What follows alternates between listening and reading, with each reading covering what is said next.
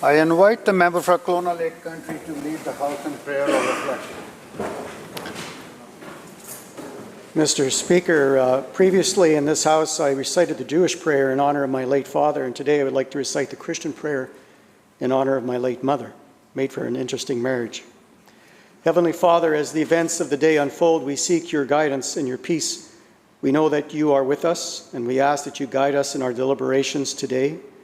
May we temperate and respectful of one another as we exchange ideas on how to make this blessed and rich land that we call home a better place for our fellow citizens. And also especially, Heavenly Father, be with our Premier and his family as they struggle through their health issues. In Jesus' name I pray, amen. Introductions by members. Member for Energy and Mines. Thank you, Mr. Speaker. Today it's my honor to welcome back to the Legislature one of our own, Bob Skelly, a former leader of the official opposition and a leader of the BC New Democratic Party. Bob was first elected in 1972 as the MLA for Alberni and served continuously here in this place until 1988. The BC NDP elected Bob as party leader in 1984. He led the party into the 1986 provincial general election.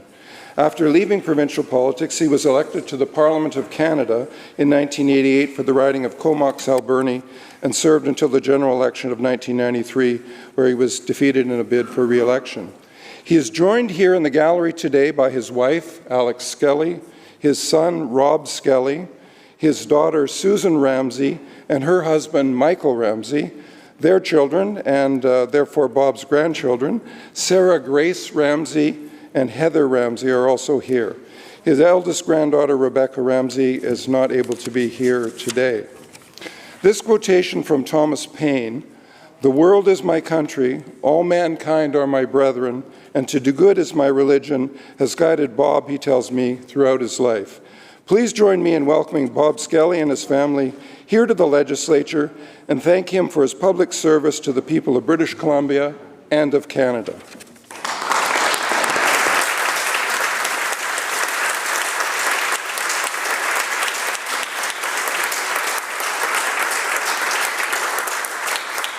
Minister of Labour.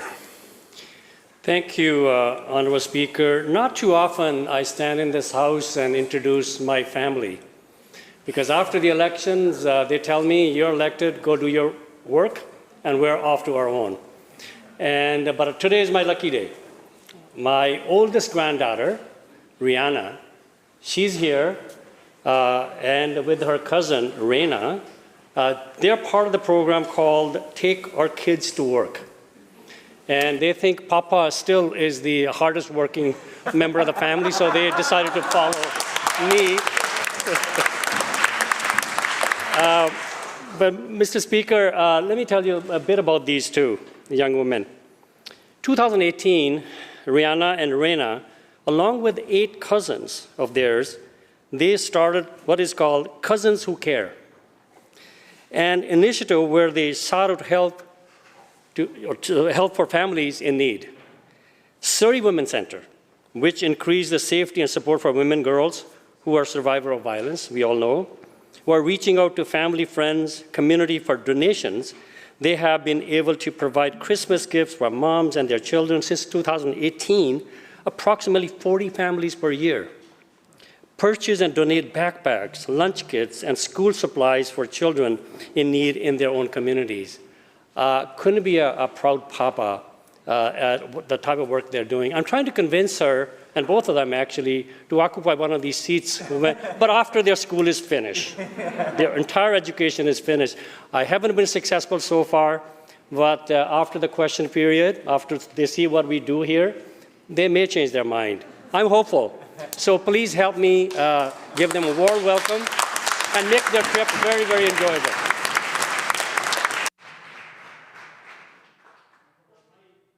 Oh.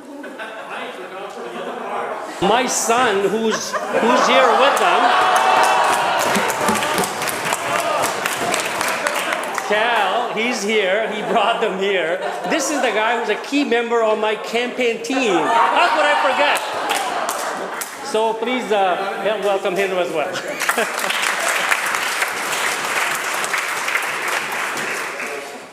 Member for Peace River North. Thank you, Honourable Speaker. This is why I only bring one guest at a time, so I don't forget to introduce them. Also, following on the Minister of Labour's points, I don't often get the opportunity to welcome family into this place. But today, joining me is my daughter Hannah, and all the way down from Fort St. John, selling jewelry to anybody who is interested. She has her own little jewelry business. Please reach out. Sunshine Jewelry, that's her name. Anyways, would the House please make Hannah feel welcome?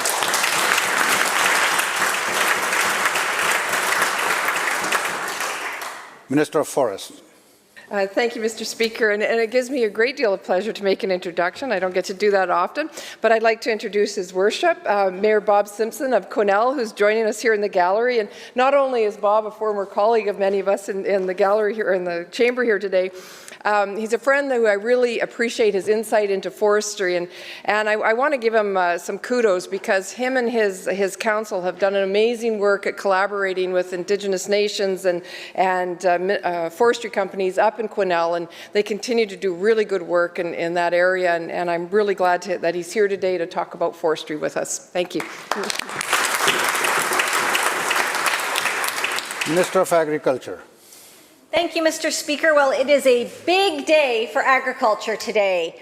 4-H is in the House. We've got guests from 4-H. We are also turning our fountain green to acknowledge the over 1,800 members of 4-H in BC, the 517 leaders, and the 130 clubs around the province. I have 3 guests from 4-H. Joining me here today, Lori Maloney, who has been a 4-H BC Club leader for 28 years. Annalise Steedman, who is starting her 10th year in 4-H. And then I'd like to give a special introduction to Sava Bell, who has been a 4-H member for 2 years and placed first in the 4-H Senior Caterer for the 2021 Field to Fork Challenge for his recipe entry of oven glazed duck, kohlrabi fries, and garden salad. Welcome to the chamber.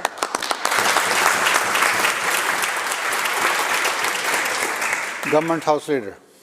Thank you, Honourable Speaker, and I think it's clearly Family Day here today. And the number of members of my family who I have introduced over the years, I can probably count on 3 fingers.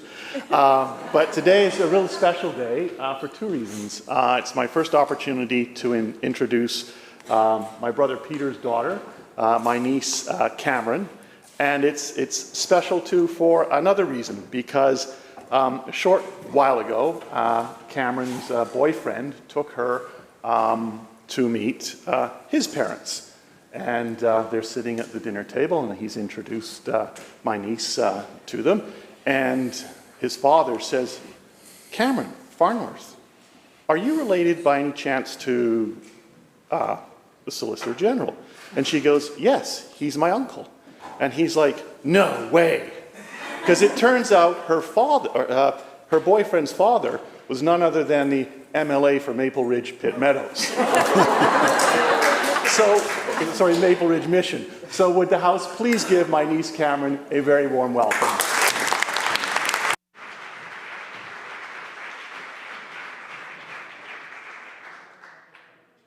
Thank you, Mr. Speaker. And not to be outdone by the Minister of Agriculture, I'm wearing my green 4-H tie today. And welcome to the 4-H members that are here today. November 3rd is honouring the colour green for 4-H in Canada. And Honourable Speaker, 4-H has a mission statement to empower youth to be responsible, caring and contributing leaders that affect positive change in the world around them. So as a former 4-H member of the Richmond Delta Holstein Club and a leader of the Holstein Club at one time, I'm proud to be a former 4-H member, and thank you to the Minister for bringing it up, and thank you to the young people that are here today representing 4-H.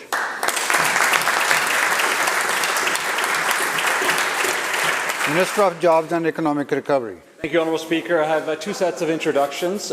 First, we have the Cowichan Valley NDP executive members who are actually visiting the legislature today, who are in the chambers today. Jacob Tufel, Joy Scott, Kaylin Tyrell, Nancy Ross, and Kaden Tusaw. And they look forward to hearing question period, and I want the House to please make them welcome.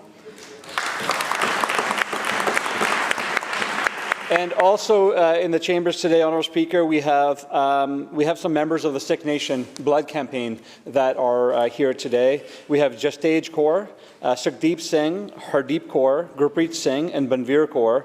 All of them were here to recognize the proclamation of Sikh Nation Blood Donation Campaign to be proclaimed as the month of November. And I just want to say, I think with all my colleagues, Jastage's comments today, her speech today was one of the more powerful speeches I've heard in the chambers, in the legislature. And so please make them welcome and thank them for their tireless work to save lives through their blood donation campaign.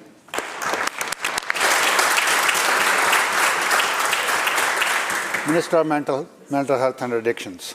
Thank you, Mr. Speaker. Today on the Legislative Precinct, we are joined by my friend and Member of Parliament representing Esquimalt Saanich Sooke, Randall Garrison, longtime representative of his community and someone representing social justice and protection of the marine environment. I'm honoured to be his friend and glad that he is with us today. Will the House please make him welcome?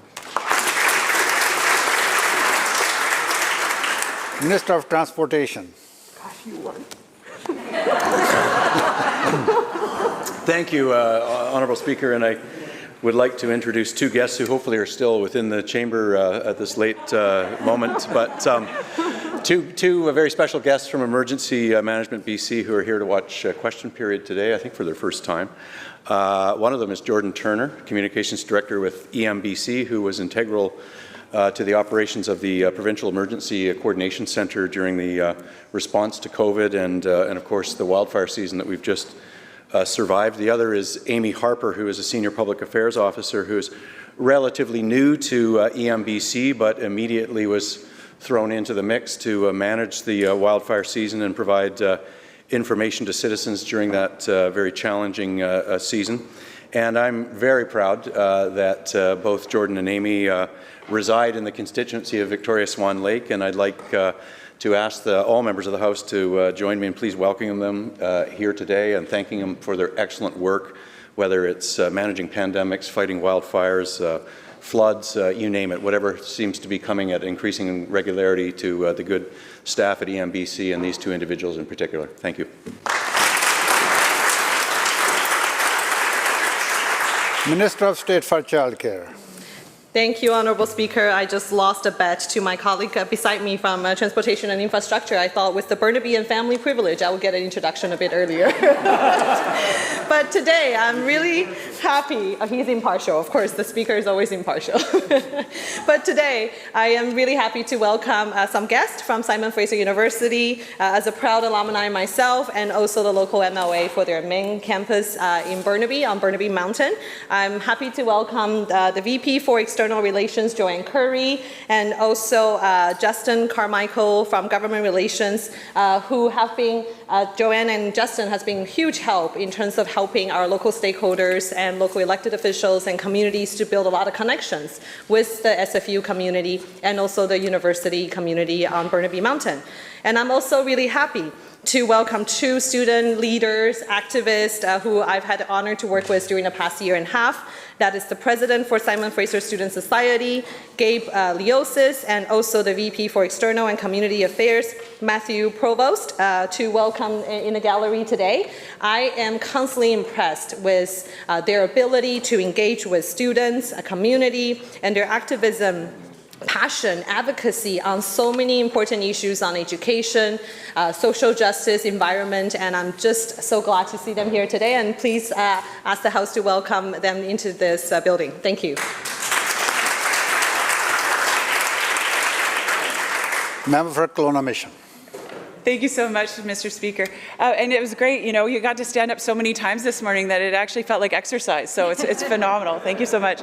I am so pleased. In fact, I was vibrating with excitement yesterday as 2 of my kids got to participate yesterday, and then 3 of them last night, as well as my spouse, Carlos, and 2 of the kids got to come today. So would the House please join me in welcoming Carlos, my spouse, and my 2 kids, Dominic and Connor.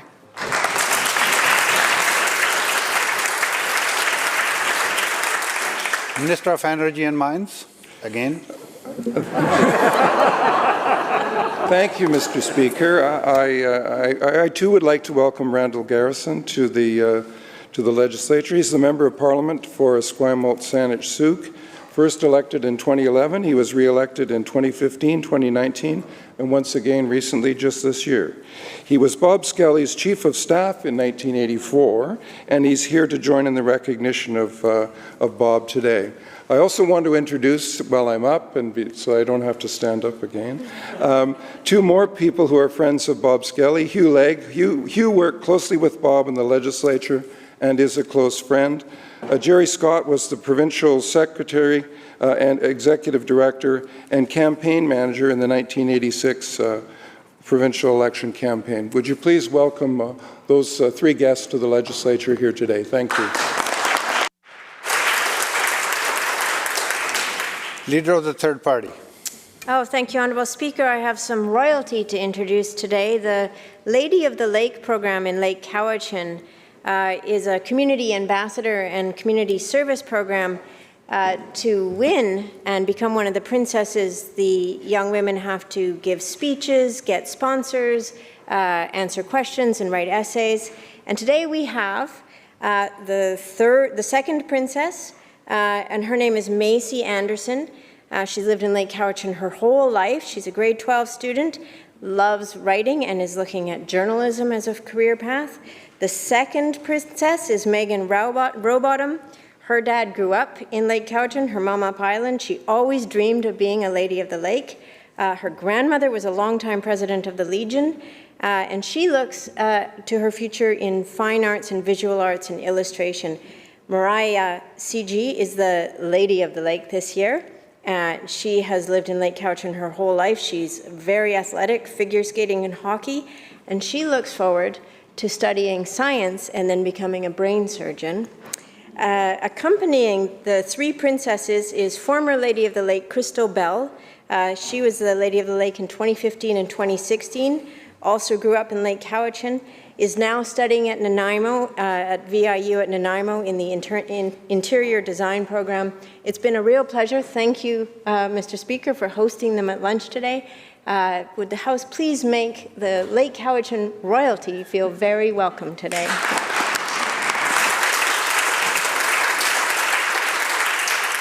Minister of Tourism and Culture. Thank you, Honourable Speaker. 11 years ago today, I was on my way to the Victoria General Hospital to receive the most exciting news that I was going to meet Michaela, my daughter. If you haven't met her, I don't know how you could have missed her. She occupies the room, but all of the members that have children can appreciate how challenging it is to say goodbye and how amazing it is to get home and that reunion. So please, will the House join me in wishing my daughter, Michaela, a happy birthday?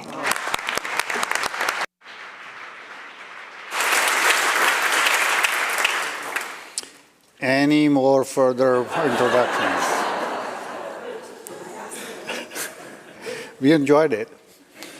Madam Clerk. Introduction of bills. Statements by members.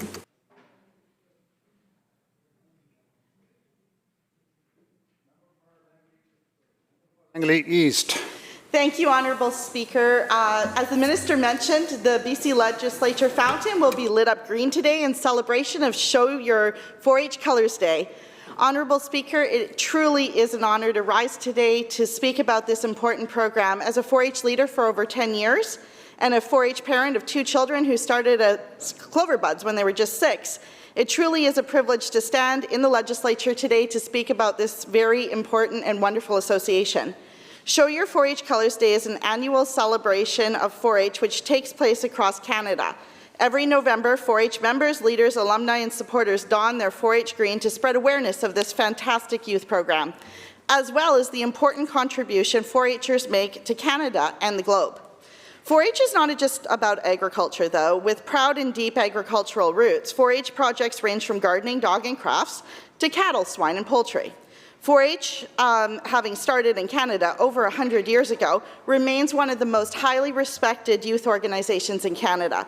With over 23,000 youth members ages 6 to 25, 8,700 volunteers in 1,800 clubs across Canada, and BC alone having over 2,000 members, more than 550 leaders, and 139 clubs, each day members learn valuable skills like communication, planning, public speaking, record keeping, and responsibility, just to name a few.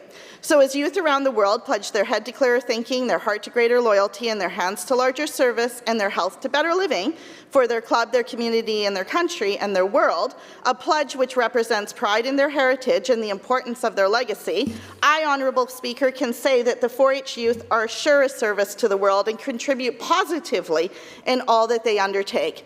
I encourage all to check out 4-H in their community and to learn about how much fun you can have while acquiring new and important skills while bettering your community through service. Thank you, Honourable Speaker. Member for Kelowna Mission. Thank you, Honourable Speaker. Last month, I, along with many other hockey fans across North America, was both shocked and moved when Kyle Beach revealed that he was the John Doe named in the report investigating the Chicago Blackhawks sexual assault scandal.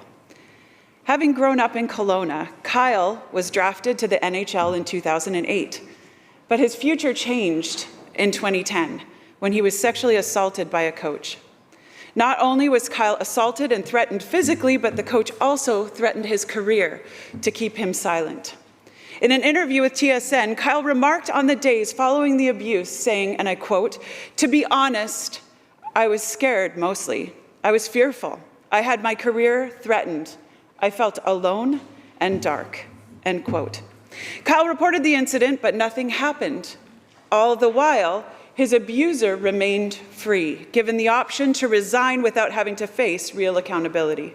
But when Kyle stood up, when he told his story, he created space for all those who have ever been in a similar situation to also tell theirs.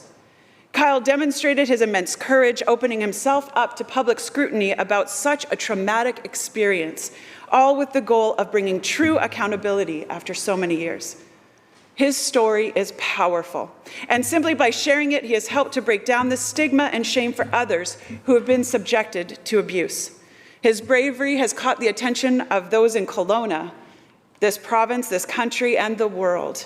And I want him to know that we stand with him. We are proud of you, Kyle, for speaking out about this injustice. And I hope today that Kyle's story will inspire us all to stand up against harassment, assault, and abuse in all of its forms, as silence makes us complicit, but standing together becomes our collected strength. Thank you.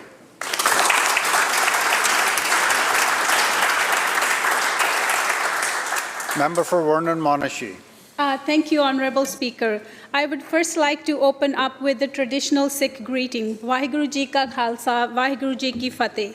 I rise in the House today to announce the declaration of November as Blood Donation by Sikh Nation Month. The Blood Donation by Sikh Nation Blood Drive campaign was started by a group of BC Sikhs in remembrance of 1984 Sikh genocide that took place in India. This blood drive has gone on to become the largest blood drive campaign in Canada and the largest member of Canadian Blood Services Partners for Life program, having saved over 160,000 lives in the process. This incredible force for good was born from the absolute horror. The first week of November marks the moment in history that haunts the Sikh community across the world.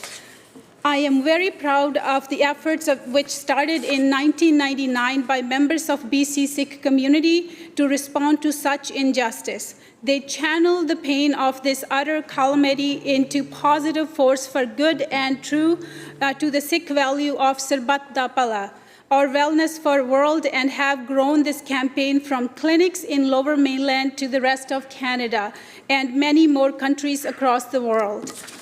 What began as a community-based blood drives in Surrey, BC, has blossomed into an annual campaign that draws thousands of donors to dozens of events across Canada. As the largest contributors of Canadian Blood Services Pledge-Based Partner for Life program, Sikh Nation has helped to save more than 160,000 lives today through its annual donation and support. Last year, the group's efforts spanning more than 2 decades were recognized by National Honoring Canada's Lifeline Partnership Award. By introducing new donors and volunteers to Canada's Lifeline, Sikh Nation is helping to build more inclusive blood system to meet the needs of patients now and in the future. Please join me to extend our gratitude to volunteers of Sikh Nation Blood Drive.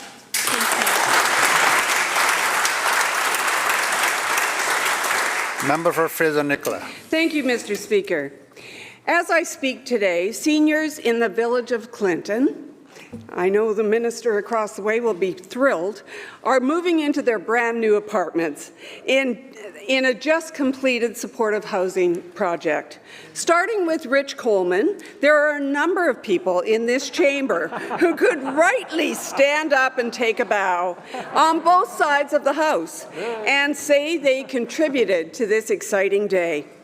And I can tell you the people of Clinton are extremely grateful. But we all know that projects like this start with a small group of determined people. They are led by a warrior, and that warrior is Judy Hampton. From identifying the need, to securing the location, to planning and design, to working with the contractors, this small but mighty group worked tirelessly over many years to get to today. No hurdle was too big. No problem that could not be solved. No detail too small. Judy Hampton visited my office every Friday to give us an update on how things were going. You see, it wasn't just about the building. It was about the people. It was about seniors having the ability to age in place, having the option to sell their home and stay in their own community, having the comfort and support that comes with close neighbours. Word on the street is that housing sales have soared in Clinton, a wonderful side benefit as family homes become available. Sometimes when you sit in this chamber day after day, you wonder if you ever make a difference. Well, I can tell you today, we have all made a difference. And I say thank you to everyone who made this project possible. We miss seeing Judy every Friday, but she and her team have done an incredible job. First stop for me next week is Clinton for a cup of tea with the seniors at this project.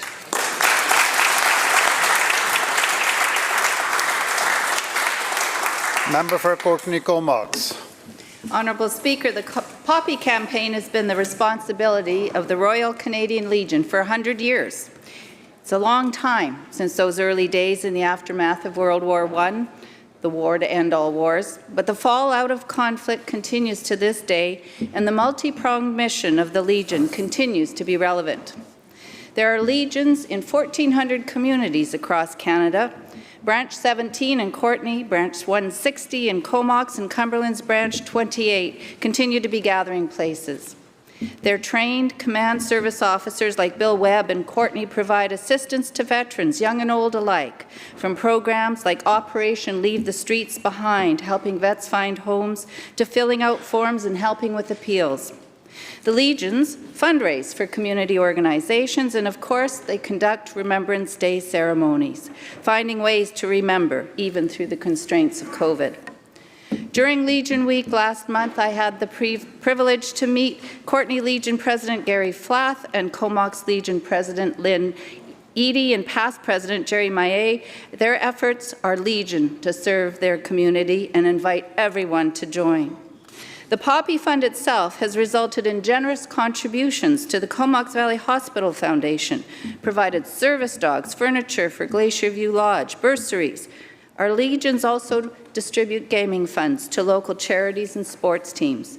The times, they are changing. Anyone can become a member, military or not.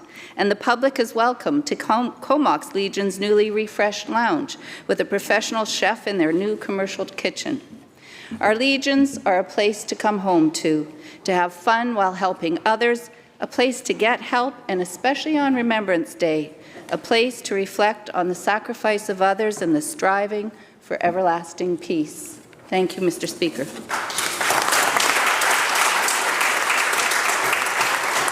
Member for West Vancouver, Sea to Sky. Thank you, Mr. Speaker. Today I would like to acknowledge the work of all those who've contributed to the Atkatsam Howe Sound Biosphere Region initiative over the past 5 years.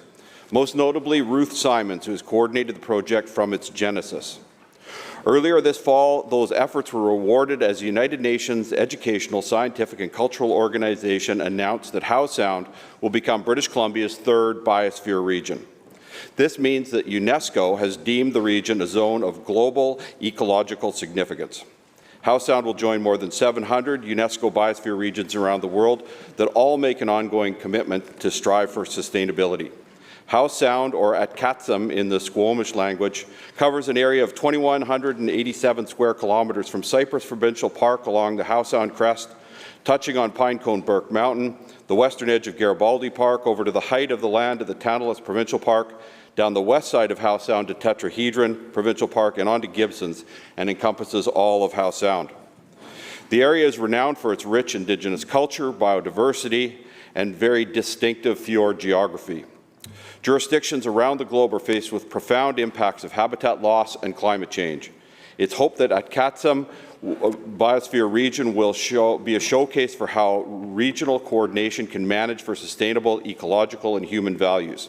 The new designation does not impose any new rules on the region or its residents, but it incentivizes to collaborate and ensure conservation, sustainable development, reconciliation, climate action, and associated research, monitoring, education, and information exchanges.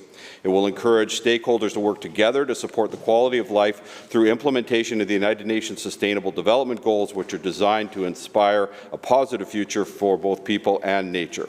I'm sure the House will join me in congratulating the Howe Sound Biosphere Region Initiative team on achieving this important milestone and support them now that the real work is about to begin.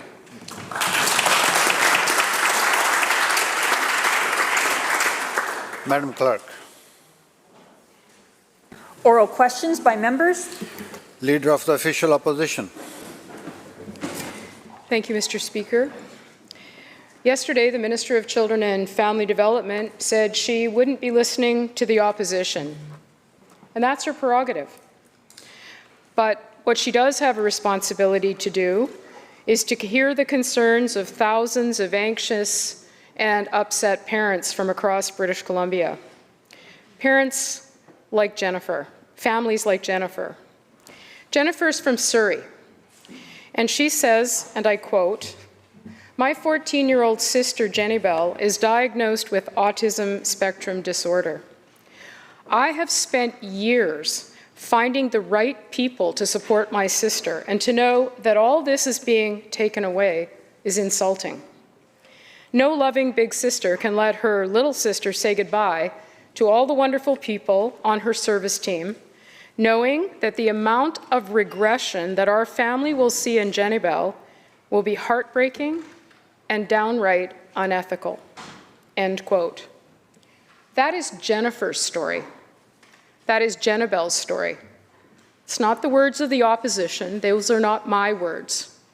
So will the minister stand up today, speak to Jennifer, to Jenny Bell and their family, and explain why she has made the decision to claw back essential funding that Jenny Bell needs and deserves? Minister of Children and Family Development. Thank you,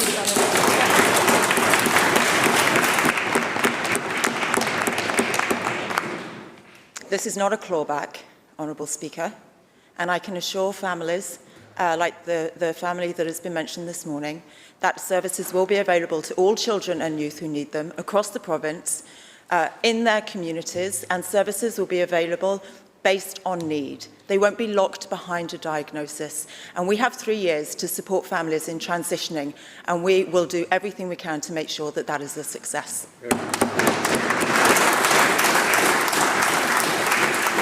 Leader of the Official Opposition, supplemental. Well, thank you very much. And the minister may have convinced herself that this is not a clawback, but let's look at what's happening here. Parents, thousands of them across British Columbia, receive support. They get to decide how best to support their families and their children. And this minister has decided that that is going to change. That, to the minister's answer, is defined as a clawback. What they have now, they will not receive. They will not have the ability to make decisions for their own children, to retain the connections that they have put in place. Megan Kane from Coquitlam wanted the minister to know about the impacts of her decision on her 4-year-old son. She writes, and I quote, "My son is just about the happiest, sweetest, most loving little person you could ever possibly imagine. At the time of his diagnosis, we were terrified, blindsided, and completely unsure of what the future might hold. With the October 27th announcement, we have once again been plunged into fear and uncertainty. It is abundantly clear from the minister's canned, repetitive answers that the decision to abolish autism funding was made rashly and without regard for the children it will impact and the consequences for thousands of families. This announcement has re-traumatized families, and the way it was done was unimaginably cruel." End quote. Again, those aren't my words. The minister can ignore mine. She can dismiss the comments of the opposition, but she can't dismiss the comments of Megan about her 4-year-old son. So will the minister once again stand up, and would she give those parents some hope that she will reverse the decision that she made because it had zero consultation with the very families that it will impact? Minister. Thank you, Honourable Speaker, and thank you to the member for the question. It's very important to listen to families, and I want to reassure this House that there are no clawbacks in the new system that will be delivered. Whereas in 2001, when the opposition became government, they gutted my ministry, Honourable Speaker. They cut $15 million from services for children and youth with support needs. They cut child protection by $185 million and $34 million from youth mental health. Honourable Speaker, our government makes different choices. We invest in children and youth. We have increased the budget for children and youth with support Listen to the needs answer, please. every single year since 2017. And we're continuing to invest. And as we deliver the new system, we'll be able to serve not just children and youth with autism, children and youth with other diagnoses and other developmental delays as well, with Down syndrome, with brain injuries, not just children with autism, but they will still receive services according to their needs. Yeah.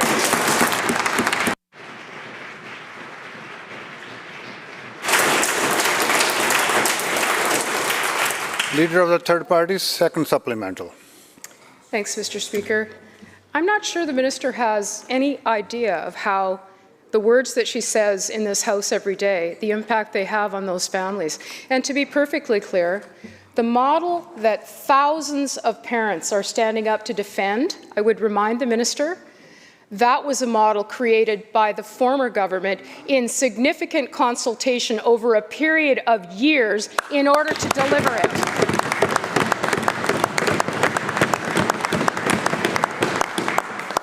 The minister talks about listening. Members, let's listen to the question, please. Member. The minister talks about listening to families. Perhaps she should have thought about that before she made the announcement, because Autism BC has clearly said this minister did not talk to them about decisions that are going to change the way services provided to their children. And the uncertainty isn't just for a short period of time, Let's drag out that process for 3 years while these families try to sort out what's going to happen to them. Here's what else Megan had to say. And the members can heckle across the aisle. These are the words of thousands of families across British Columbia who woke up one morning to a surprise announcement from this minister that turned their lives upside down.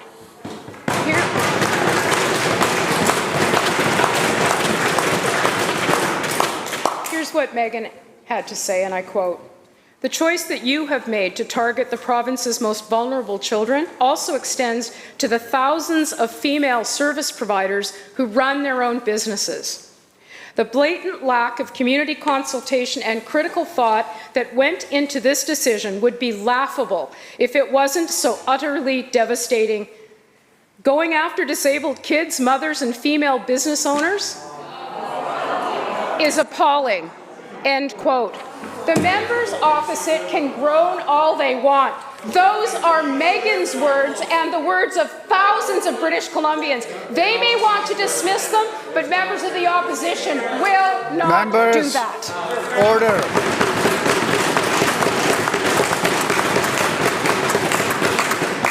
So a simple request to the minister. She has a chance today to do the right thing. She could stand up and give those families the respect they deserve by reversing the decision and making a commitment to talk to families in British Columbia before she alters the services that they have been providing to their children for years. Will she simply do the right thing today? Minister. Oh, thank you, Honourable Speaker, and I will reassure families today that we are listening to them. We have been listening to them. We will continue to listen to them. We will deliver services for their children throughout the province. I hear from lots of families, Honourable Speaker, who say they don't know where to find help. They can't navigate help, and they don't have the capacity to set up a suite of services for their child and youth. We will create a system that is a safety net for families so that they will be supported in creating and co-designing those services for their children. On a day-to-day basis, I know that families have scrambled to put together those services. So we will continue to support those families as we implement the new service framework. We're putting children and youth at the centre. We make different choices. We're investing in children and youth. And I will inform all members of this House, please inform everybody in your communities, that we are opening up consultations in November and December, and we invite everybody to join us. In more, we will be continuing discussions, and I invite everybody to join us.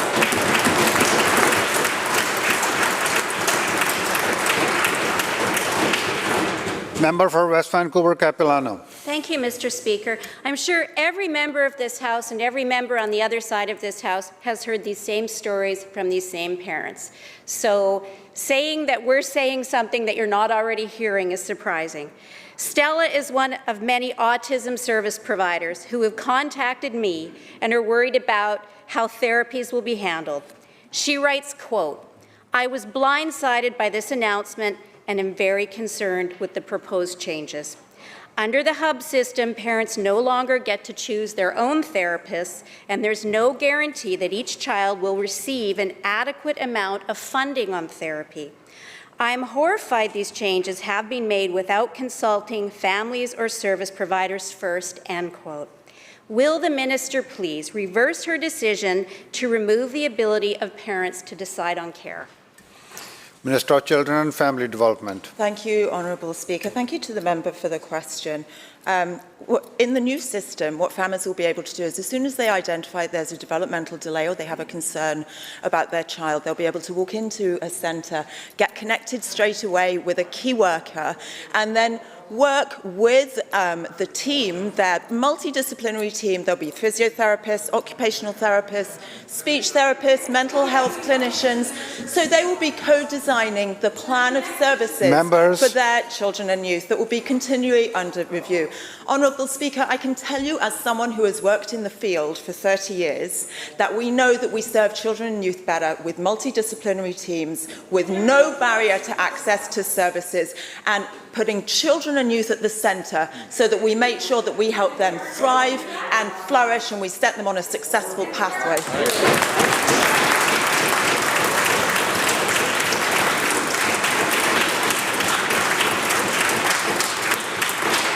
Member for West Vancouver Capilano. Thank you, Mr. Speaker. And I do agree with the Minister that children and youth have to be at the centre, but those parents have to be there as well. Now, that is, however, not what the hub system is doing. Corinne Heisler from North Vancouver says, quote, "What I'm failing to understand is why the government needs to take away a model that is working for families of children with autism in order to support all children and not build upon the existing system." Exactly. I'm a parent to 3 children, 2 of whom have autism diagnoses. We feel like we are swimming with our heads just above water, one wave away from drowning. Taking our supports away would be pushing us under the water, end quote. Why is the Minister doing this to Corinne? Minister. Well, thank you, Honourable Speaker. We're not taking supports away from children and youth. We're making choices to invest even more in children and youth.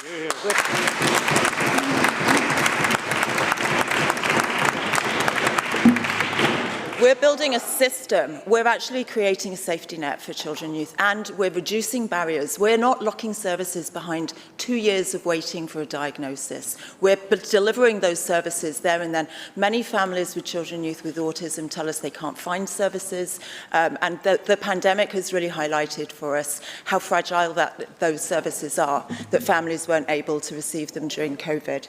I'd like to quote from Tracy Humphreys, founder and chair of BC ED Access. "We have such a large community of families who have kids with all different kinds of disabilities, and for many of them, they've never had access to any funding through the Children and Youth with Support Needs programme with MCFD, and they are thrilled."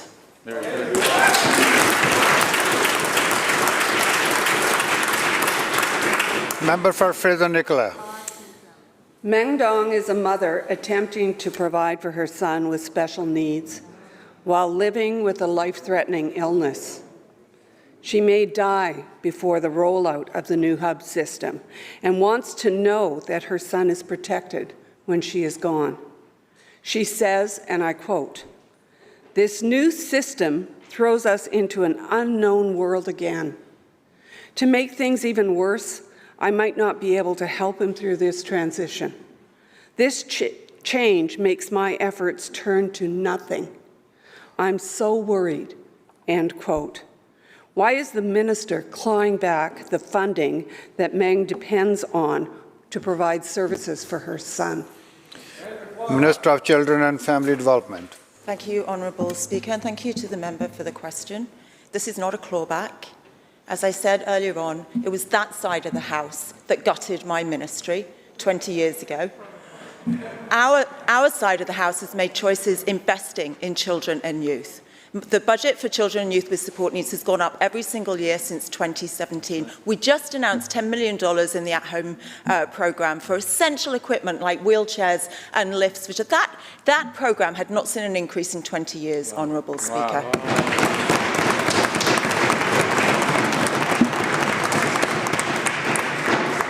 We understand the struggles that families are experiencing, and we understand the pandemic has made that even worse. We're here to help, Honourable Speaker.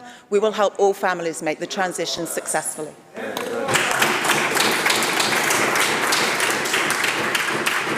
Member of Fraser-Nicola, supplemental. Stacey Swanson has 2 children, one with a full diagnosis on the spectrum and another on the wait list. She says, and I quote, "How the heck are we able to support our children in succeeding if we cannot afford to pay for supports and therapies with our providers that we have built a trusted relationship with? Our government is failing many, many families," end quote. Can the minister tell Stacey why she's clawing back her funding? Minister. Honourable Speaker, this is not a clawback. We are building a system It is a safety net for all children and families. And it's informed, Honourable Speaker, it's informed by the voices and experiences of families across British Columbia, plus advocates, plus service providers, plus the representative for children and youth has written multiple reports recommending that our province has a needs-based system to deliver services to children and youth with support needs. And the reason for that is because it meets their needs better, earlier, and that means that they have a much more successful future and they thrive and they fulfill their potential. Even this legislature, Members, we heard the question already, has please. a select Let's hear the standing answer. committee on children and youth and did a report and heard from families around the province with neurodiverse children about how we only have a patchwork of fragmented programming at the moment and there should be a needs-based system in place.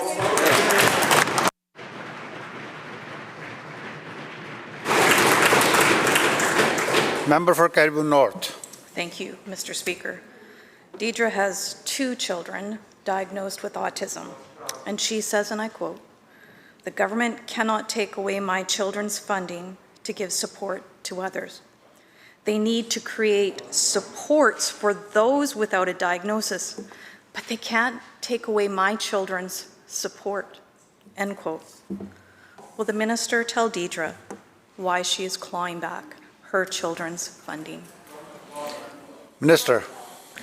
Honourable Speaker, thank you. Well, our government has made different choices. We are investing in children and youth. We have invested in children and youth with support needs since forming government in 2017. In every single budget since 2017, we have increased funding. In 2019, we increased ongoing funding for respite by $6.3 million.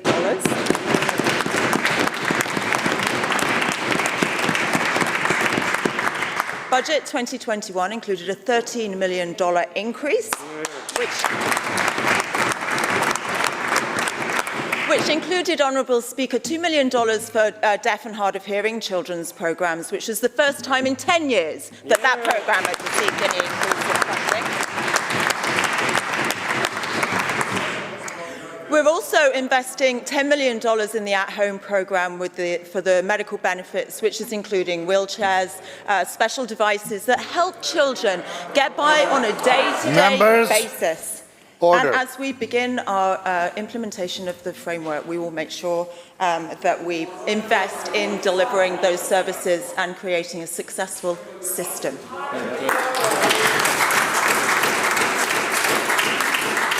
Member for Saanich North and Islands. Yeah, thank you, Mr. Speaker. I've received hundreds of emails over the past summer about our provincial police service and accountability. The emails are largely in response to acts of police aggression that we've seen in British Columbia. I think that all the members of this House have seen the visuals of these instances on social media this summer. They are horrifying. I've heard from many British Columbians a deep concern that in some cases our provincial police service is acting unlawfully. Many people I've spoken to are demanding accountability from our provincial government. There's a great deal of confusion about what the role of the Minister of Public Safety and Solicitor General's responsibility is with respect to our provincial police services, in part because the Minister himself has said he does not direct the police. But the police have to be accountable to someone in British Columbia. Mr. Speaker, my question is to the Minister of Public Safety and Solicitor General. What are the Minister's responsibilities with respect to the provincial police service in British Columbia? Minister of Public Safety and Solicitor General.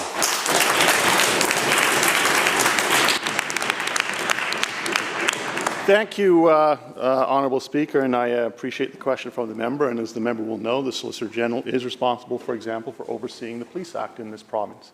What he should also know is that politicians, and in particular Minister, the Solicitor General, does not direct police in terms of how they operationalize the issues that they are dealing with. There are complaint processes in place that if people want to or are concerned about police actions that they can follow. Those complaint processes are there in legislation, and in fact, on a number of cases, they are being acted on. I can also tell the member that, because he will obviously refer to the court case, that again is also under under review, under appeal at this particular point in time, and that will continue. But there are numerous mechanisms, whether it's the Police Complaints Commissioner or the Independent Investigations Officer, that deal with actions of police. And, if he wants a briefing, I'm more than happy to have my ministry give him a briefing on that. Member for Saanich Northern Island supplemental. Yeah, thank you. I didn't talk about the court case or the court action. We have been seeing increasing RCMP aggression across the province in recent years. We've seen numbers of incidences, increasing incidences in all parts of the province, frankly, Mr. Speaker, and over a number of resource development issues. The reality is, Mr. Speaker, that as part of the provincial police contract, police services contract, the minister has a responsibility in the objectives to set the objectives, priorities, and goals of the provincial police service. My question through you, Honourable Speaker, is to the minister. Has the minister made clear within those objectives, priorities, and goals that are in his direct responsibility under the Provincial Police Services Agreement that the Provincial Police Service must respect the freedom of the press and the civil liberties of British Columbians? Solicitor General. Thank you, Honourable Speaker. We fully expect the police to respect civil liberties, and they have a very difficult job. And as we know, there are processes in place, procedures in place, protocols in place, that if individuals are concerned about actions of the police, that they can take those protocols. And we have seen, Honourable Speaker, significant demonstrations and protests. And police deal with very difficult situations. We have seen where the police have had to deal with, in the case of one protest area, having to assist in removing more than 5 tons of garbage, much of it including human waste left behind by protesters. That's been part of the challenge that they have had to face, Honourable Speaker. We have seen situations where police have been confronted by people, individuals who have brought a urine-soaked bag full of candies to the police. A 10-year-old girl accompanied by parents who went up to police at a protest and gave them a urine-soaked bag. As I said, the police have a very challenging and difficult job to do. They do it to the best of their ability. If there are issues, there are processes and protocols in place that people can follow, and they do.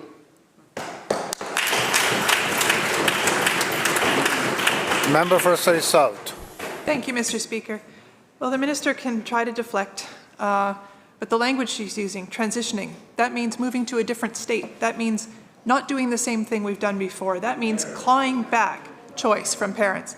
Melissa Crowhurst says, and I quote, "I have 3 severely autistic children." Let's hear the question, please.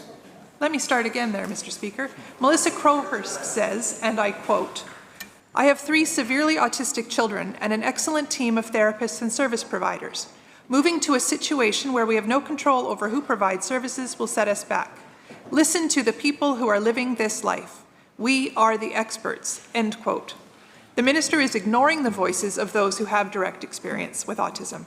Will she listen to Melissa and stop the clawback? Minister. Well, thank you, Honourable Speaker.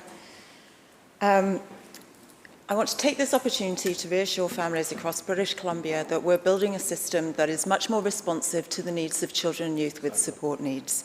We know that when a child needs help with speech or with language or with their behaviour or with hearing, they can't afford to wait for a delay. If you have a 3 or a 4-year-old and you're a concerned parent, you can't wait 2 years for a diagnosis until they're 5 or 6 and they haven't received any services in that time. It's imperative that we deliver the services to children and youth when they are needed. And so we're building a system. We've been listening to families, we've been listening to advocates, we've been listening to service providers, and we've been hearing from them that the currently, we only have a patchwork of fragmented programming that's locked behind a diagnosis. So many families have been talking to me, and I've worked in this sector for over 30 years, Honourable Speaker. I saw the horrendous impacts of the cutbacks here in my community, where I was serving and running services for over 10 years. I know that the system needs to change. So we have been listening. We've been listening to service providers, and we created the framework also on the basis of recommendations from the Representative for Children and Youth and recommendations from a select standing committee of this legislature with members from both sides of the House on. And a framework that is needs-based is what families have been crying for. In fact, we've been told by advocates, families have been begging for this ministry to do something different in this area to better meet the needs of children and youth with support needs. We are committed to serving these children and youth and to helping them thrive and set them on a successful pathway.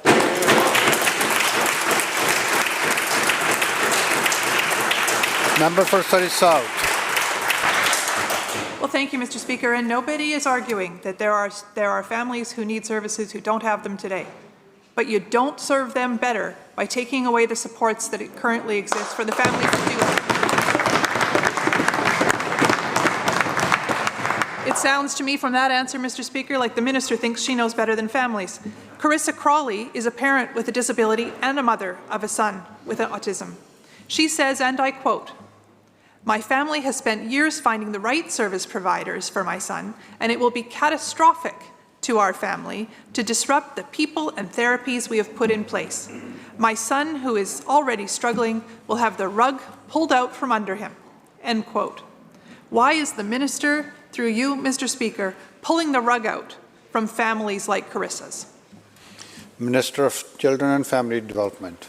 Well, thank you, Honourable Speaker. Nothing is more important to this side of the House and to my ministry than the health and safety and well-being of all of the children and youth in our province.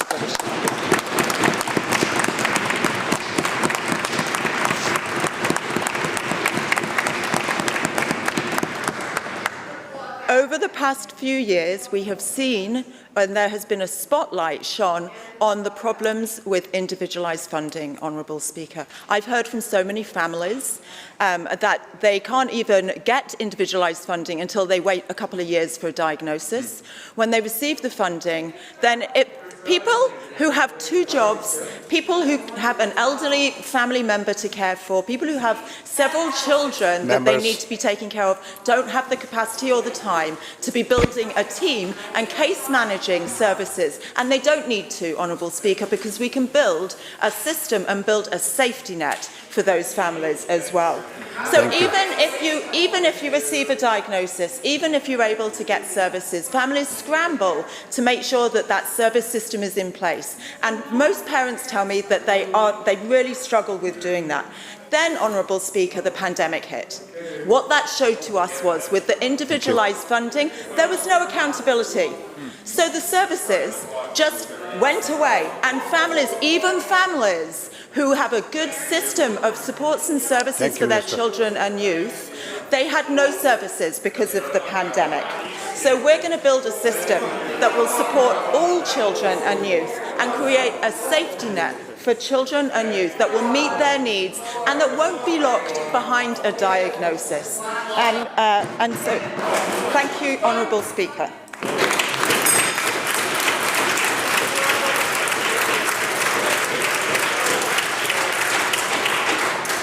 Richmond North Centre will allow 1 question. Thank you so much, Mr. Speaker. Well, the minister has been hearing so many stories in the last 30 minutes. And I think up to now, the minister has not responded to the concern and frightening thinking of all the parents. Let me quote a couple of more stories for the minister. Hopefully, she will respond to the parents, not us, not the opposition, but the parents. Tamsin is a parent of 3 children with special needs. She says, I quote her, "We have spent years building relationships with our service providers, and it would be harmful to take those relationships away. I'm also very concerned that while the number of disabilities to be supported will be increasing, there's no talk of increasing the funds to support them, end quote. Well, I don't have time to tell many stories, but there's another one there to tell the minister. Jessica Taylor is the mother of an autistic child. Just ask the question. She says, I quote, "My son is making so much progress and now is going to be stripped away. The hubs won't work for him. This change will take away all support for my son. Please, don't take away support from families who desperately need it," end quote. Will the minister listen to parents like Tamsin and Jessica, or will she claw back support from their children? Thank you, Mr. Speaker. Minister. Thank you, Honourable Speaker, and thank you to the member for the question. Thank you to everybody for giving voice to families from across British Columbia. As I said, I've been in service for over 30 years, Honourable Speaker. I've worked with many, many vulnerable families, and I do believe that it's very important to hear their voices. We need to be moving forward with this implementation. We're listening to families, and we will continue to listen to families.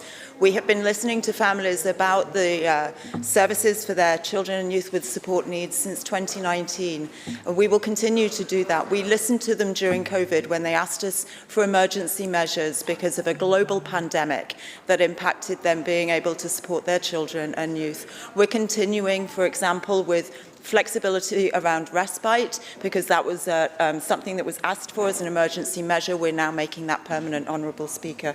As we move forward with the next stages, we will continue to listen to families. In fact, I will have many opportunities in November and in December where it will be my pleasure and honour to listen to families from British Columbia, to hear their expertise and their experience, and to be able to take that into account as we move forward, so that we can be as successful as possible for all children who need our services in British Columbia.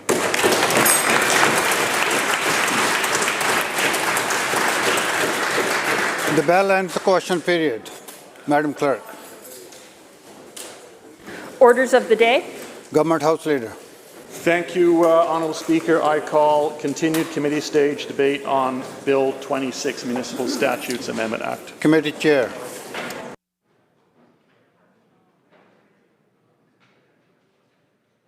Committee Chair.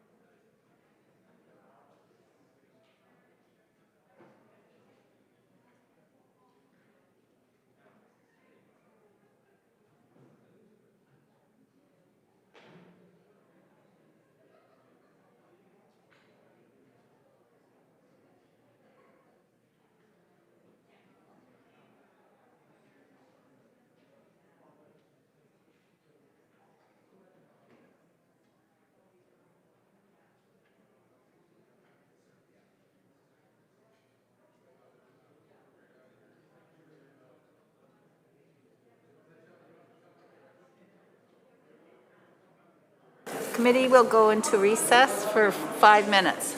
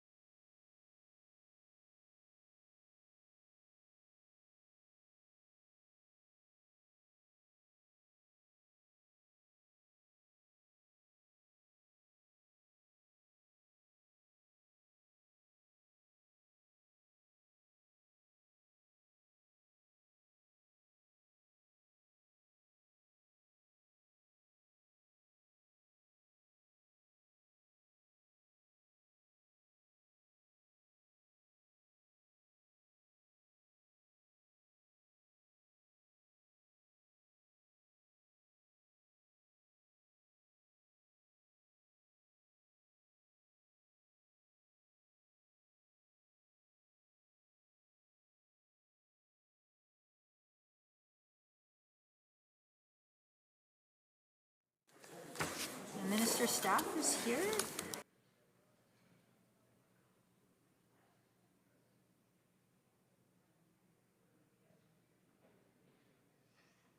We'll call committee to order, recognizing the member from Penticton. On clause 26. On clause 26. Thank you, Madam Chair. I appreciate it. Yesterday we finished up with the first question on public hearings. My second question through yourself is what is the intended effect of this change that is taking place?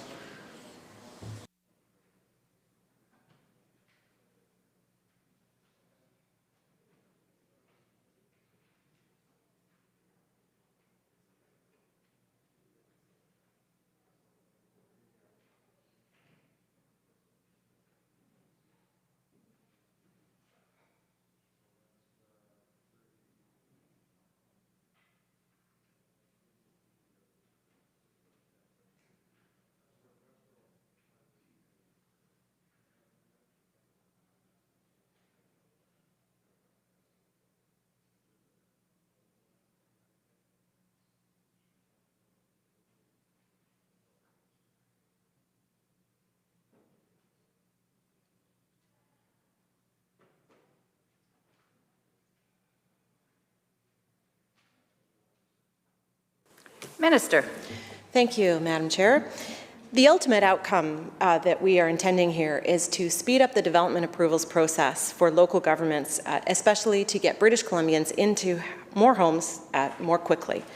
And so by repealing a local government's authority to waive the requirement to hold a public hearing on a proposed zoning bylaw when it is consistent with the official community plan, it effectively removes a process step.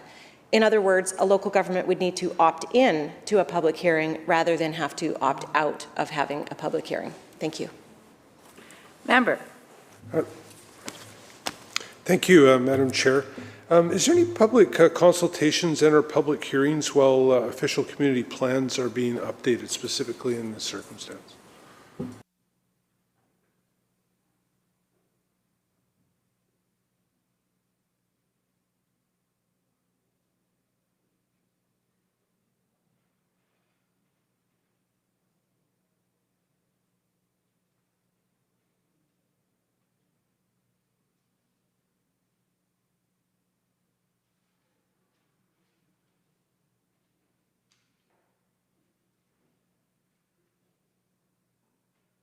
Minister. Thank you.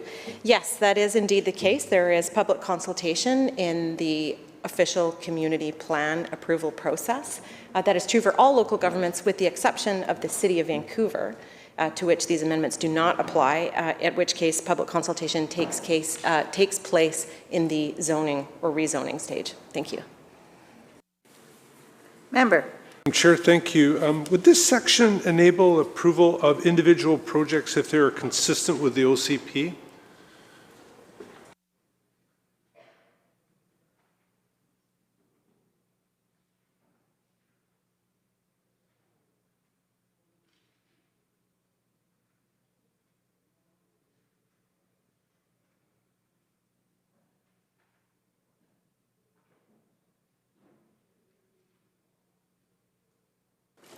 Minister. Thank you. Yes, the approval process would remain just the same for any individual project, with the exception that if the rezoning application is consistent with the official community plan, a public hearing would not need to be held. Thank you. Member. So, Madam Chair, through yourself, and I need to talk locally for a minute. Zoning allows multifamily homes and multifamily residency. And through yourself, Madam Chair, to the Minister.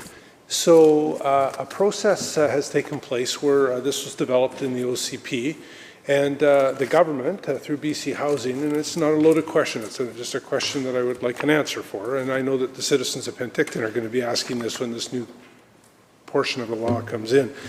So multifamily residential is approved, and supportive housing, which we all need in our communities. We all know that.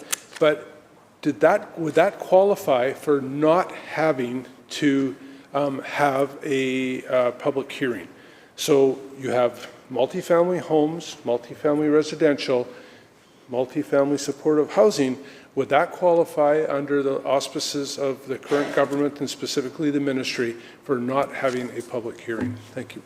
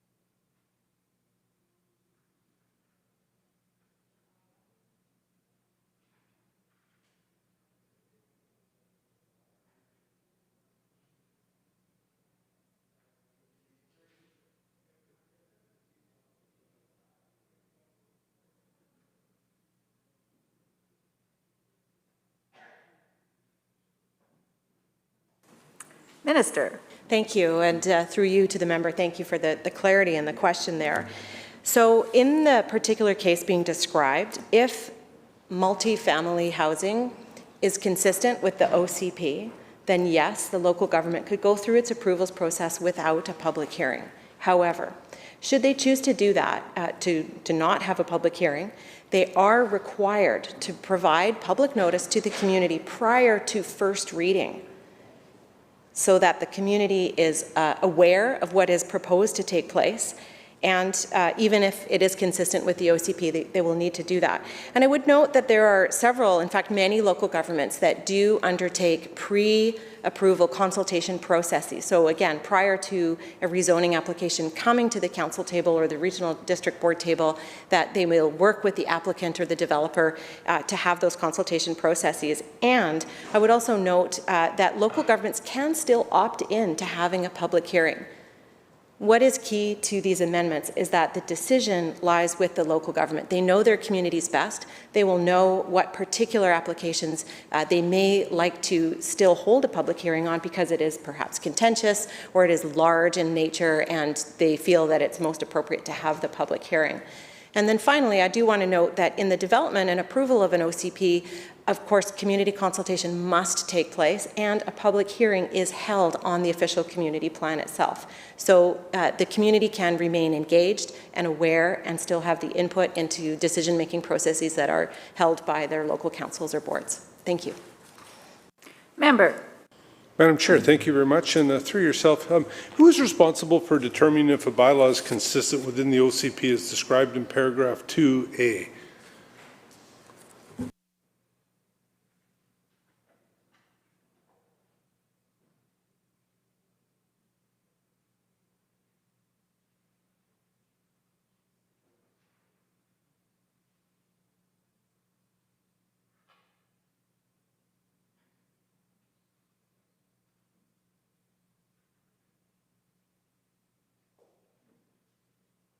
Minister. Thank you.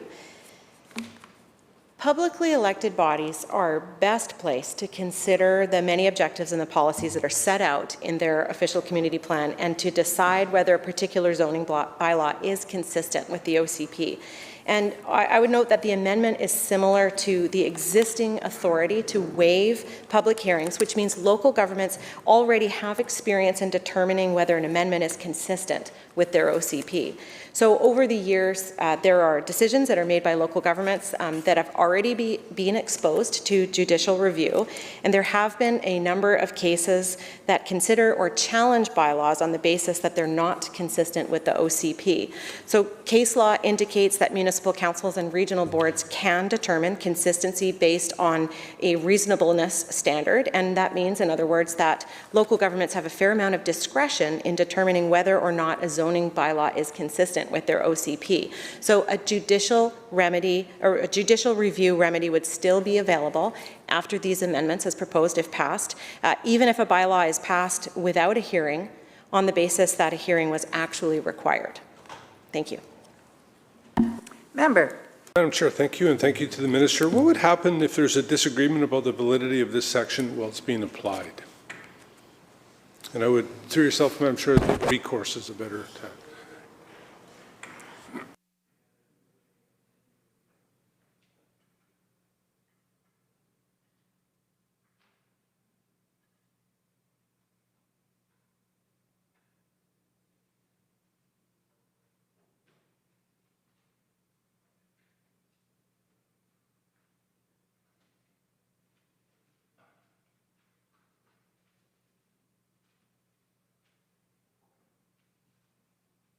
Minister. Thank you.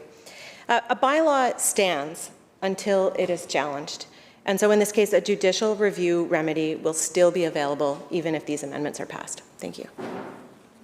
Member. Thank you, Madam Chair. And through yourself, does the Minister know how many local governments are expected to avail to this section by bypassing public hearings? And I'm just curious, in the discussions in the consultation that took place, positive, negative, leaning to which direction, and if a number was available, would be greatly appreciated. Thank you, Madam Chair.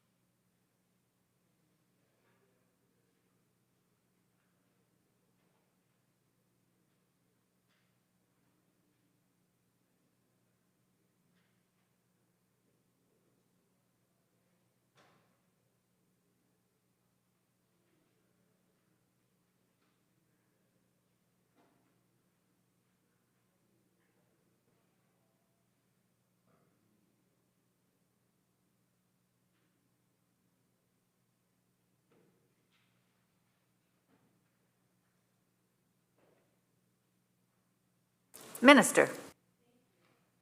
So first, just a reminder that these proposed amendments are a direct response to calls from UBCM and the other stakeholders, including local governments that participated in the development approvals process review. Second, these amendments apply to all local governments across British Columbia with the exception of Vancouver. So that is local governments that cover 88% of the province's population. The initial feedback, the early feedback that we've had from local governments is that this is being favorably received, the proposed changes. It's positive and they've indicated a willingness to try them out. That being said, we know that the impact of these amendments are going to vary from community to community. There will be some early adopters who will try it first, and there will be many others, I think, who will wait to see how it goes. It's possible also that a local government could choose to apply this to a certain category of bylaw amendments, for example, carriage houses or secondary suites, as a way of trying it out. And in the end, again, we hope that this is picked up and used by local governments as a way of building homes more quickly and more homes for British Columbians. Thank you. Member.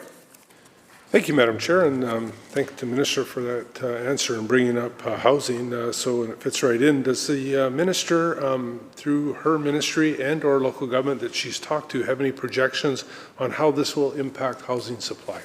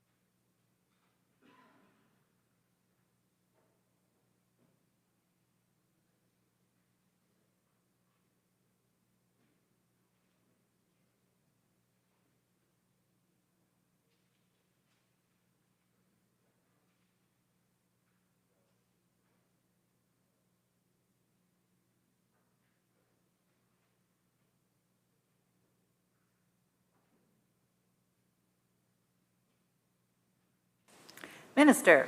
Thank you, Madam Chair, and through you to the member, thank you again for the question, and how will this impact housing supply in British Columbia, and what kind of increase in housing supply might we be able to see? So while I can't give you a precise answer or predict the future, I do know that we will be closely monitoring the use of this tool and receiving feedback from local governments and from the development sector as to how it is going.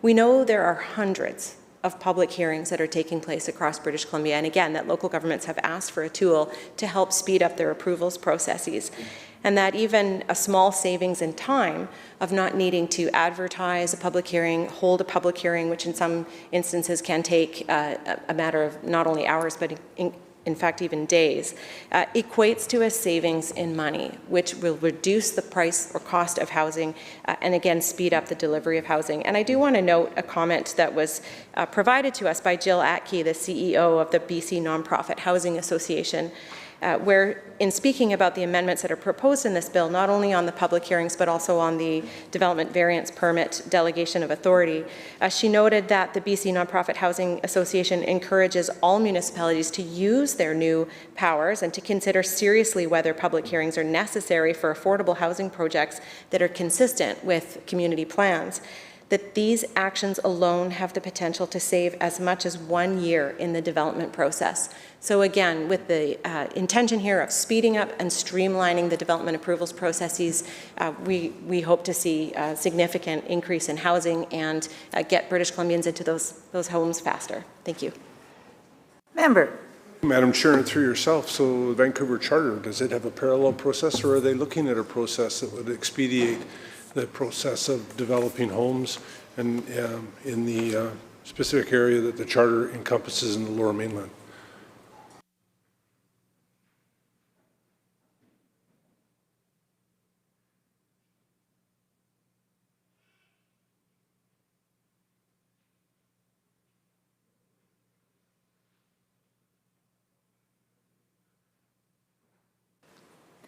Minister.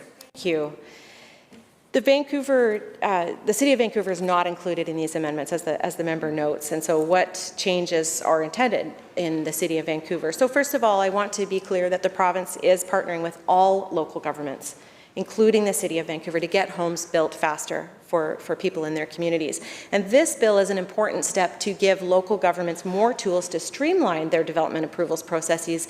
But the Vancouver Charter is different and distinct from the Community Charter, of course, and it sets out a planning and land use framework that's different than that is used under the Local Government Act. So, for example, Vancouver already has broader abilities to delegate to staff than other local governments do.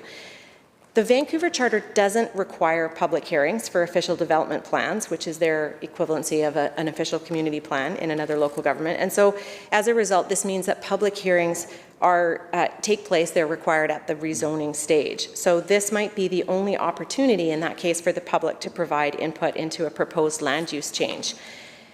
The city and the province are working closely together to support their plans to speed up their development approvals processes, and I would note that they have received a $500,000 grant through UBCM, but from the province, to support and streamline their development approvals processes.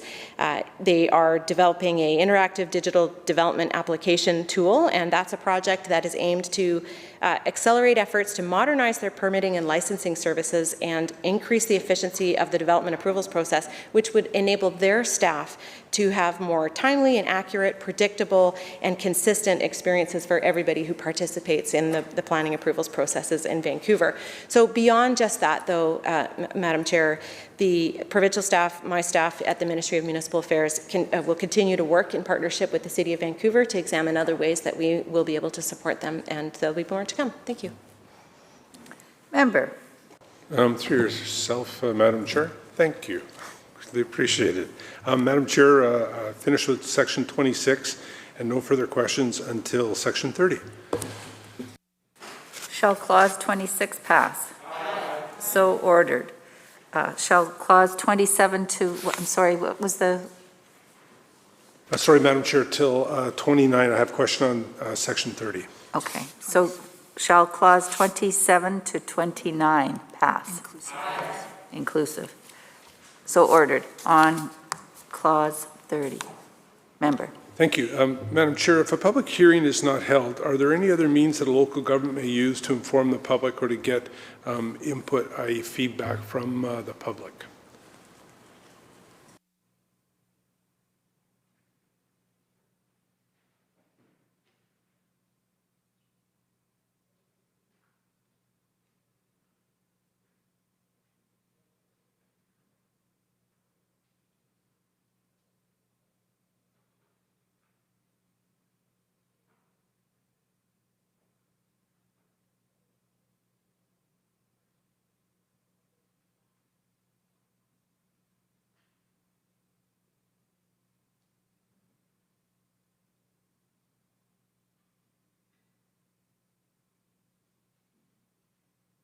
Minister. Thank you. Yes, there's a number of ways that the public will still have the opportunity to comment on a proposed zoning amendment or zoning bylaw. If a public hearing does not take place, the local government will be required to give public notice before first reading takes place. So this effectively backs up the ability for the public to be aware of a rezoning application and to make comment. The regular avenues for public comment will still be open, of course, as they are on any proposed local government decision. So that might include writing letters to council, emailing members of council, talking to them. But as I mentioned before, local governments are more and more undertaking pre-approval consultation processes. So working with a developer or a proposed home builder or property developer to consult the community. And we will be providing guidance and best practices to local governments, provided that these amendments pass, this bill passes, so that they can continue to do their good work in consulting and listening to members of their communities. Thank you. Member. Madam Chair, thank you very much, and thanks to the Minister. I have no further questions until Section 36.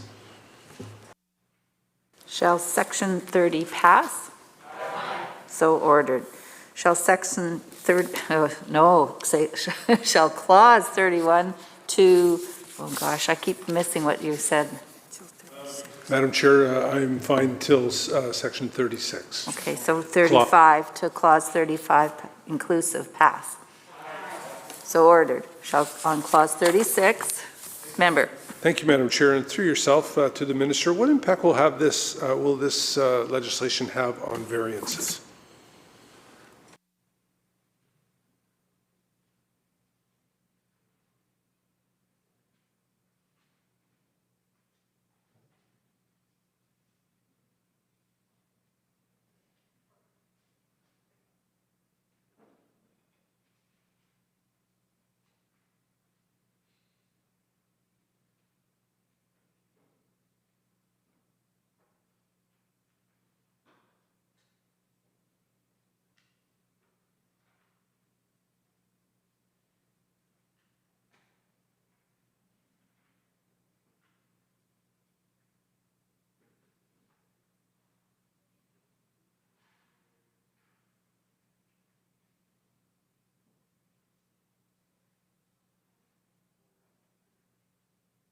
Minister.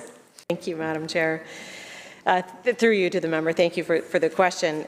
On development variance permits and the new tool that would enable local governments to delegate minor development variance permits to their staff for decisions, again, this is in response to recommendations that came from the development approvals process review and the request of local governments and those in the development community and other stakeholders involved in the provision of housing and advocacy for housing to enable local governments to streamline and speed up their approvals processes.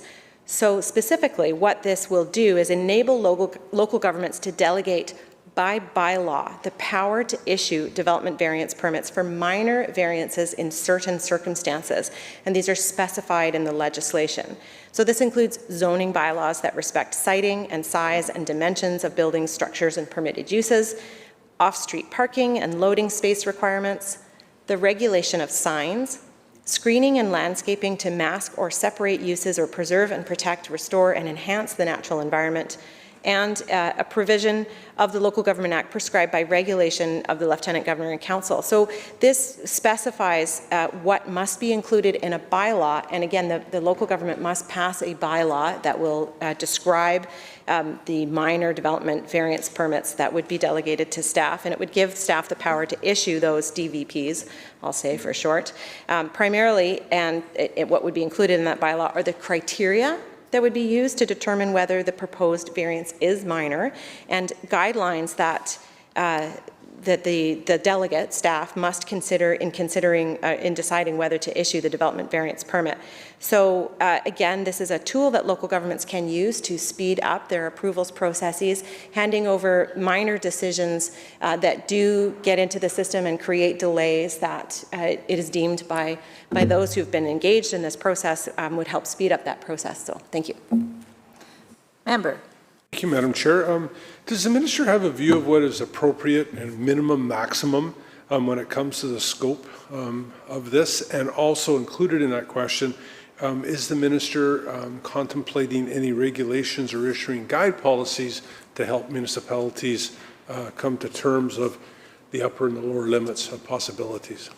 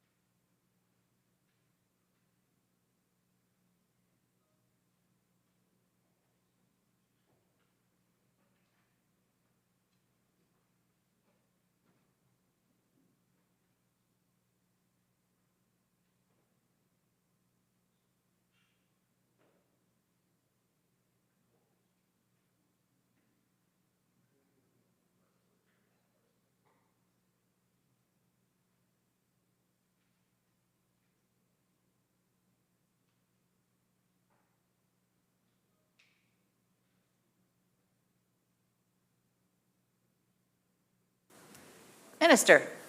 Thank you. The question around effectively defining what minor variances are. So the proposed legislative amendments already provide limitations on what can be considered minor. So I'd note that this does not include things like density or use or subdivisions, but is the list that I read off before around siding size and dimensions of buildings, off-street parking, regulation of signs, that list.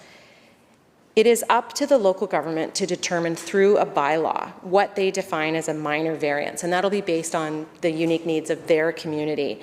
And based on the consultations that we've undertaken, examples of potential minor variances might include a reduction in side yard setback or changing the dimensions to a sign or the height of a fence.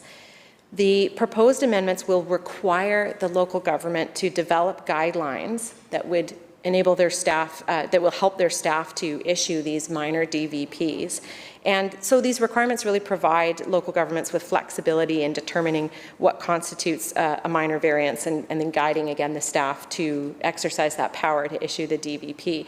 I would note, too, that the council and board oversight always remains, and that of delegated decisions. And again, this would be done by bylaw, so this would be faced with the public scrutiny and the opportunity for public to have a comment there too.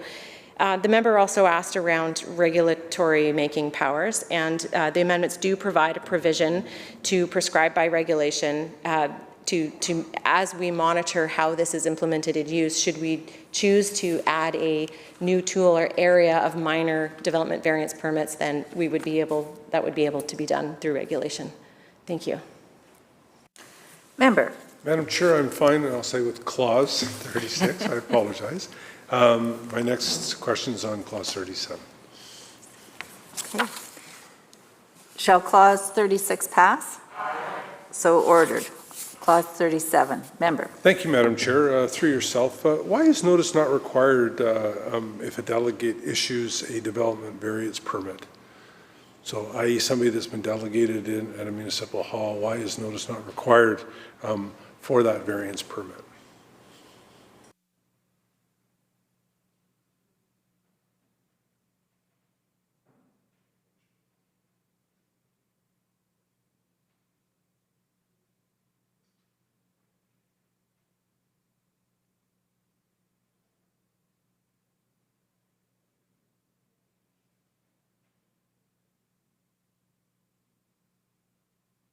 Minister.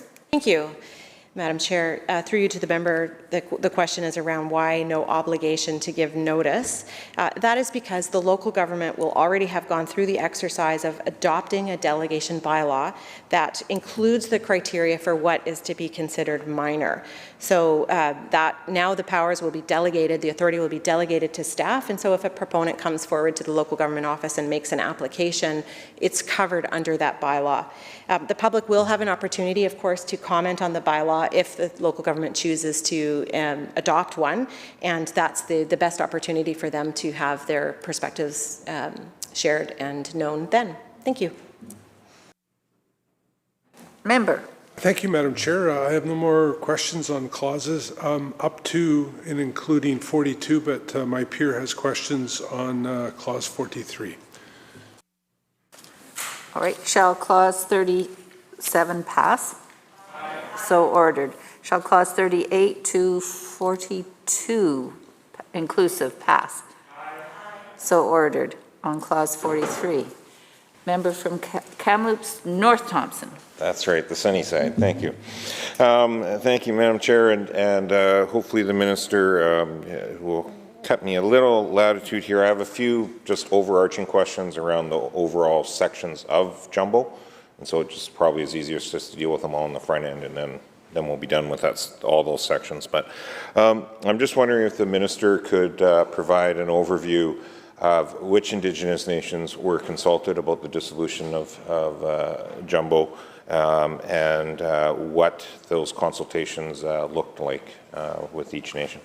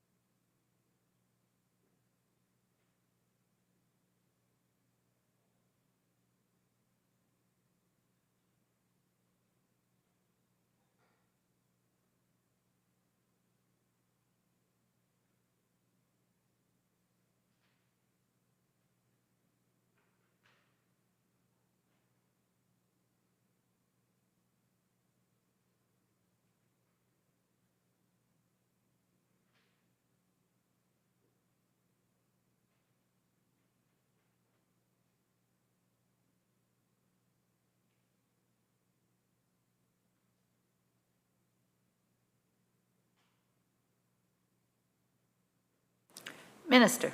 Thank you. 5 First Nations were identified to be consulted with and as having potential interest in the municipality's dissolution.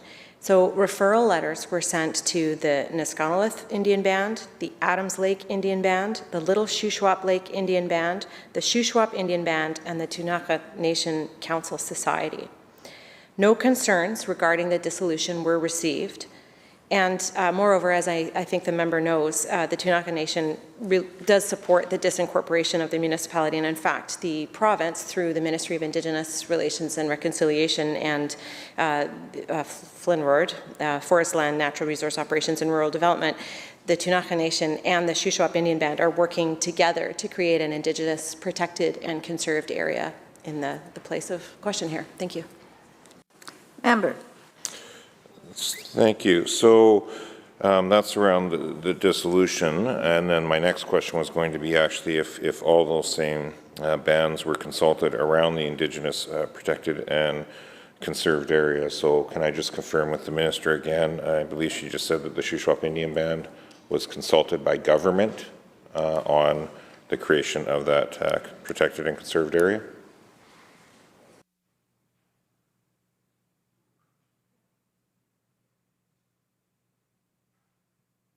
Minister. Thank you. Yes, the member is correct. Member. Thank you. In the interest of time, I'll just jump right into it, I guess, because that seems to create a bit of a problem with the correspondence I have from the Shuswap Indian Band and their chief. And I'll just read from it. Shuswap Band was not consulted in any way on the Jumbo Glacier Resort and was left out completely on the creation of the Kwapmuk Indigenous Protected and Conserved Area. We only heard the news of the funding given to the NUXA from the radio report. We were very disappointed, hurt, and felt disrespected that no one from government took the time to bring us into the conversation before any funding was given out. We heard that even Alberti, the developer, was paid out. Shuswap Band has lost a lot due to exclusion of recognition of our rights and title. So can the minister please explain how the minister and government feels that there was actual consultation, and a chief very clearly as of October 29th says the exact opposite?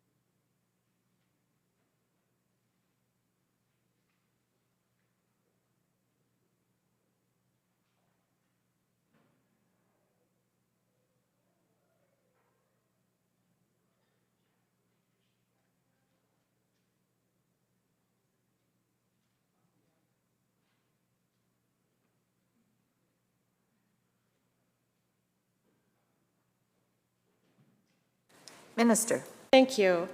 So through you, Madam Chair, to the member, thank you for making me aware of the letter, which I was not aware of before. Because this legislation, these amendments pertain to the dissolution of the municipality, the work that's being done on the establishment of an Indigenous protected and conserved area is being done by our colleagues in Flynn Row, and so I'll make the commitment to follow up and follow up with the member afterwards. Thank you. Member. Thank you. Well, the problem is that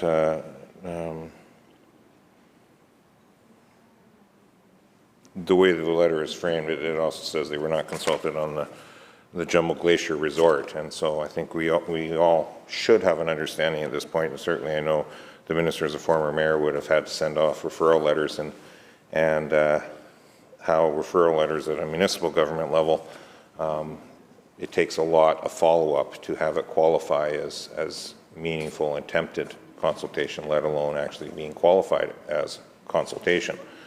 And I don't think anyone is arguing about the need to take care of and dissolve the incorporation.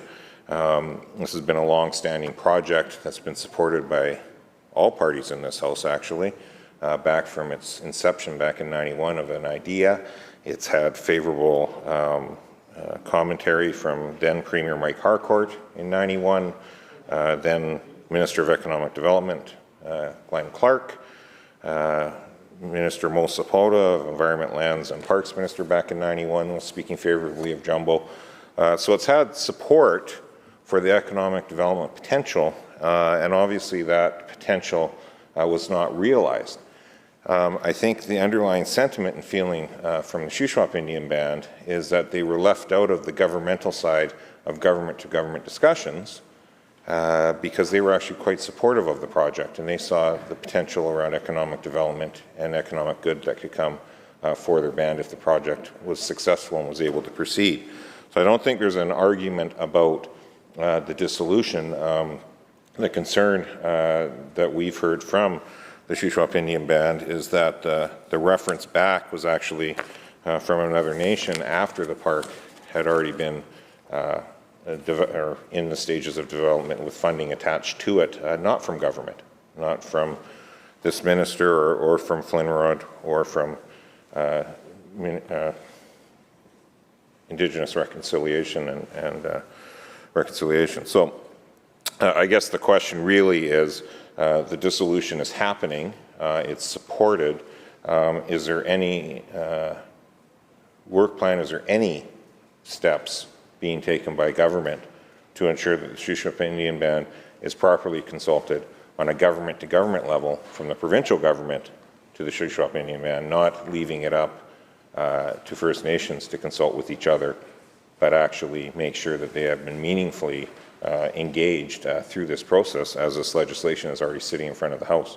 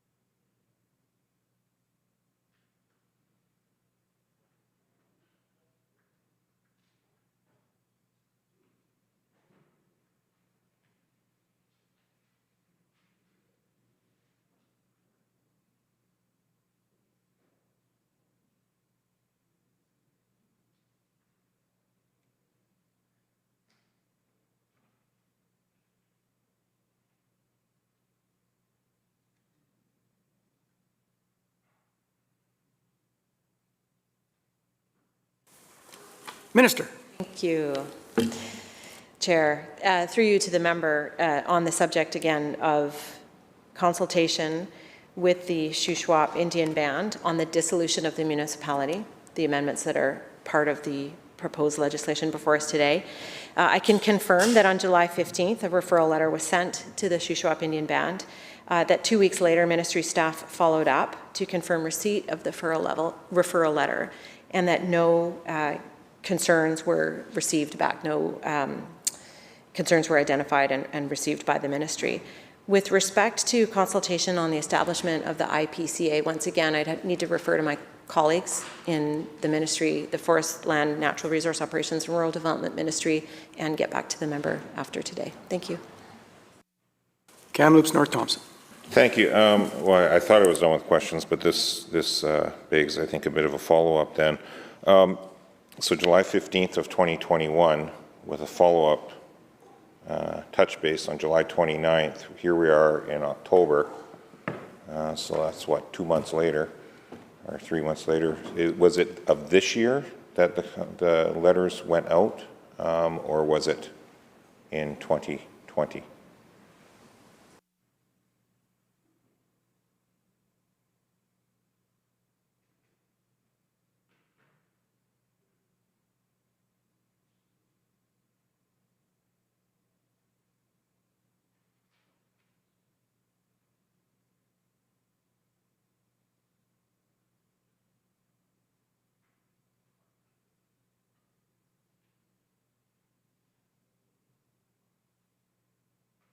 Minister. Thank you. For clarity, that is July 2020.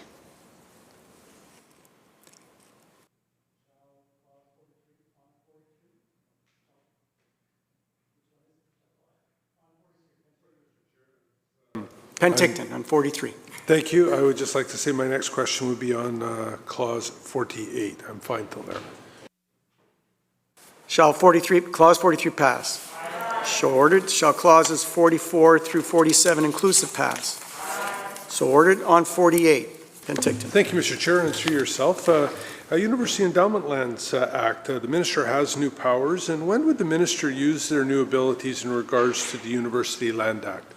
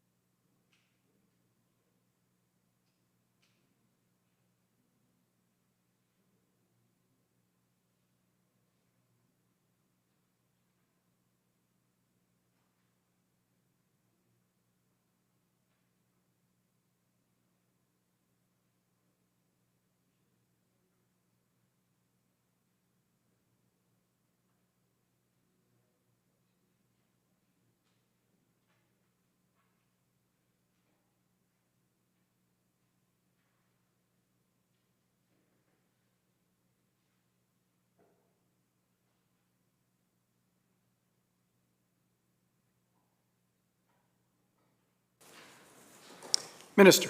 Thank you.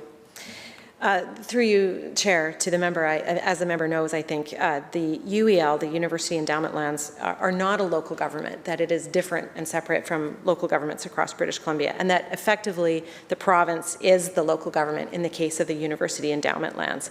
So the purpose of this particular clause is to provide a flexible option for public notice in the UEL in a way that is similar to the community charter, the new public notice framework that would be provided through the amendments proposed elsewhere in this legislation. So essentially this ensures that the minister can provide effective public notice of the minister's intention to adopt a bylaw. And further, just to note that the approach to provide at least 2 means of publication parallels, again, the changes that are being provided to other local governments. But because of that unique nature of the UEL and the fact that the province administrates the UEL, the requirements or the principles for what the minister must consider when developing a new public notice bylaw, they are more explicitly stated at the outset as compared to the local governments who would have the ability to develop their own public notice bylaw and go through that process. Thank you. Penticton. Mr. Chair, I'm fine until section 49.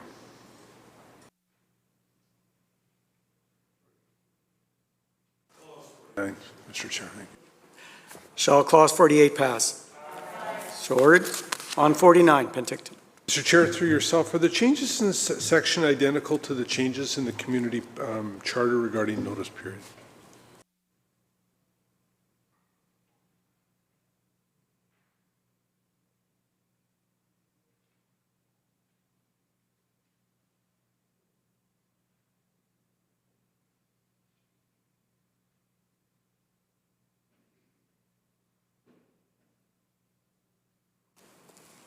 Minister. Thank you. The outcome is identical. However, because the Vancouver Charter is a little bit older, the wording is a bit different. Thank you. On 49, Penticton. Mr. Chair, no, I'm fine until my 53. Shall clause 49 pass? So ordered. Shall clauses 50 through 52 pass, inclusive? So ordered. On 53, Penticton. Mr. Chair, thank you. Are the changes in this section identical to the changes in the community charter, and this is regarding the code of conduct?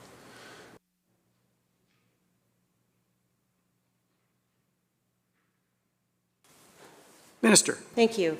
Yes, once again, the intended outcome is the same, but because the Vancouver Charter is an older piece of legislation, it is drafted a little bit differently. Thank you. Shall clause 53 pass? So ordered. On 54, Penticton. No, Mr. Chair, I have no more questions on no more questions. So before we close this, through yourself, Mr. Chair, I would just like to thank the Minister very much for the opportunity, and I would also like to thank staff in the room. The briefings are greatly appreciated, make a huge difference, and to those that aren't in the room, and I think there's some in the back in the Maple Room, so please pass along my regards to them. It's always been a pleasure to be able to work with you, and coming from local government like the Minister and myself have done in our past, the Ministry has been a godsend on more than one occasion. So I would like to say through the Chair to the Minister, wonderful staff and very enjoyable to work with. So thank you very much. Shall clauses 54 to 57 inclusive pass? So ordered. Shall Schedule 1 pass? So ordered. Shall Schedule 2 pass? So ordered. Shall the title pass?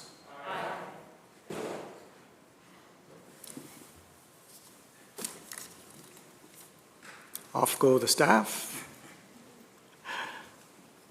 Minister. Right. Okay. Thank you, Chair. And I too would like to thank the member opposite, the member from Penticton, for the incredibly collaborative relationship we have and the respectful dialogue we've had throughout the committee stage of this bill, and to also thank the other member for the questions, and of course my very capable staff for all the support that they provide, not only to me but to local governments and indeed all British Columbians. So with that, Mr. Chair, I move that the committee rise and report the bill complete without amendment, Bill 26. Members, you've heard the motion. Those in favour indicate aye. Aye. Those opposed, nay. Motion is carried.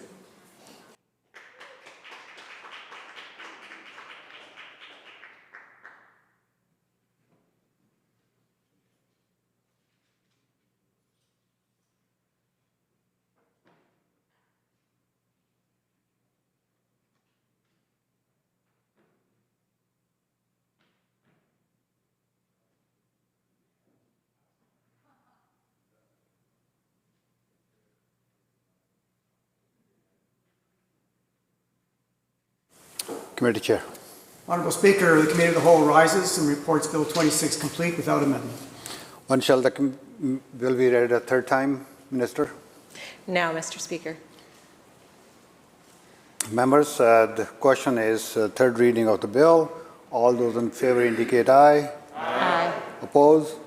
Motion carried. Bill 26, Municipal Affairs Statutes Amendment Act Number 2, 2021 has been read third time and has passed. Government House Leader. Mr. Speaker, I call for debate on Bill 27, Election Amendment Act, committee stage. Committee Chair.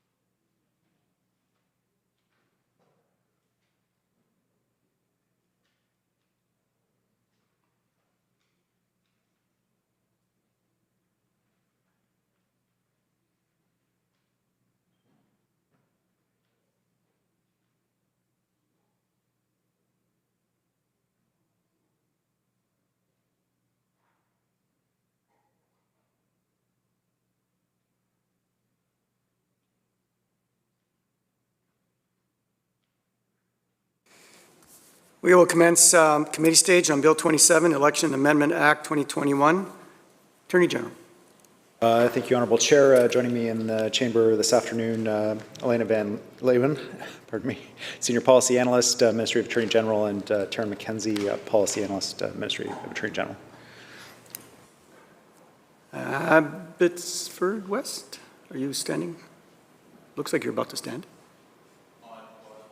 On Clause 1. Very good.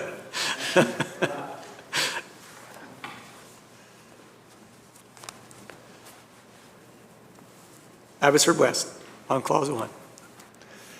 Thanks, Mr. Chair. Before we get into the brief discussion on the bill, I thought I would take advantage of the moment to thank the Attorney General's colleague, the Minister of Energy and Mines, who extended an invitation to members of the committee, members of the House, to attend a reception for former leader of the Attorney General's party, the New Democratic Party, Mr. Skelly, and it's good to see Mr. Skelly.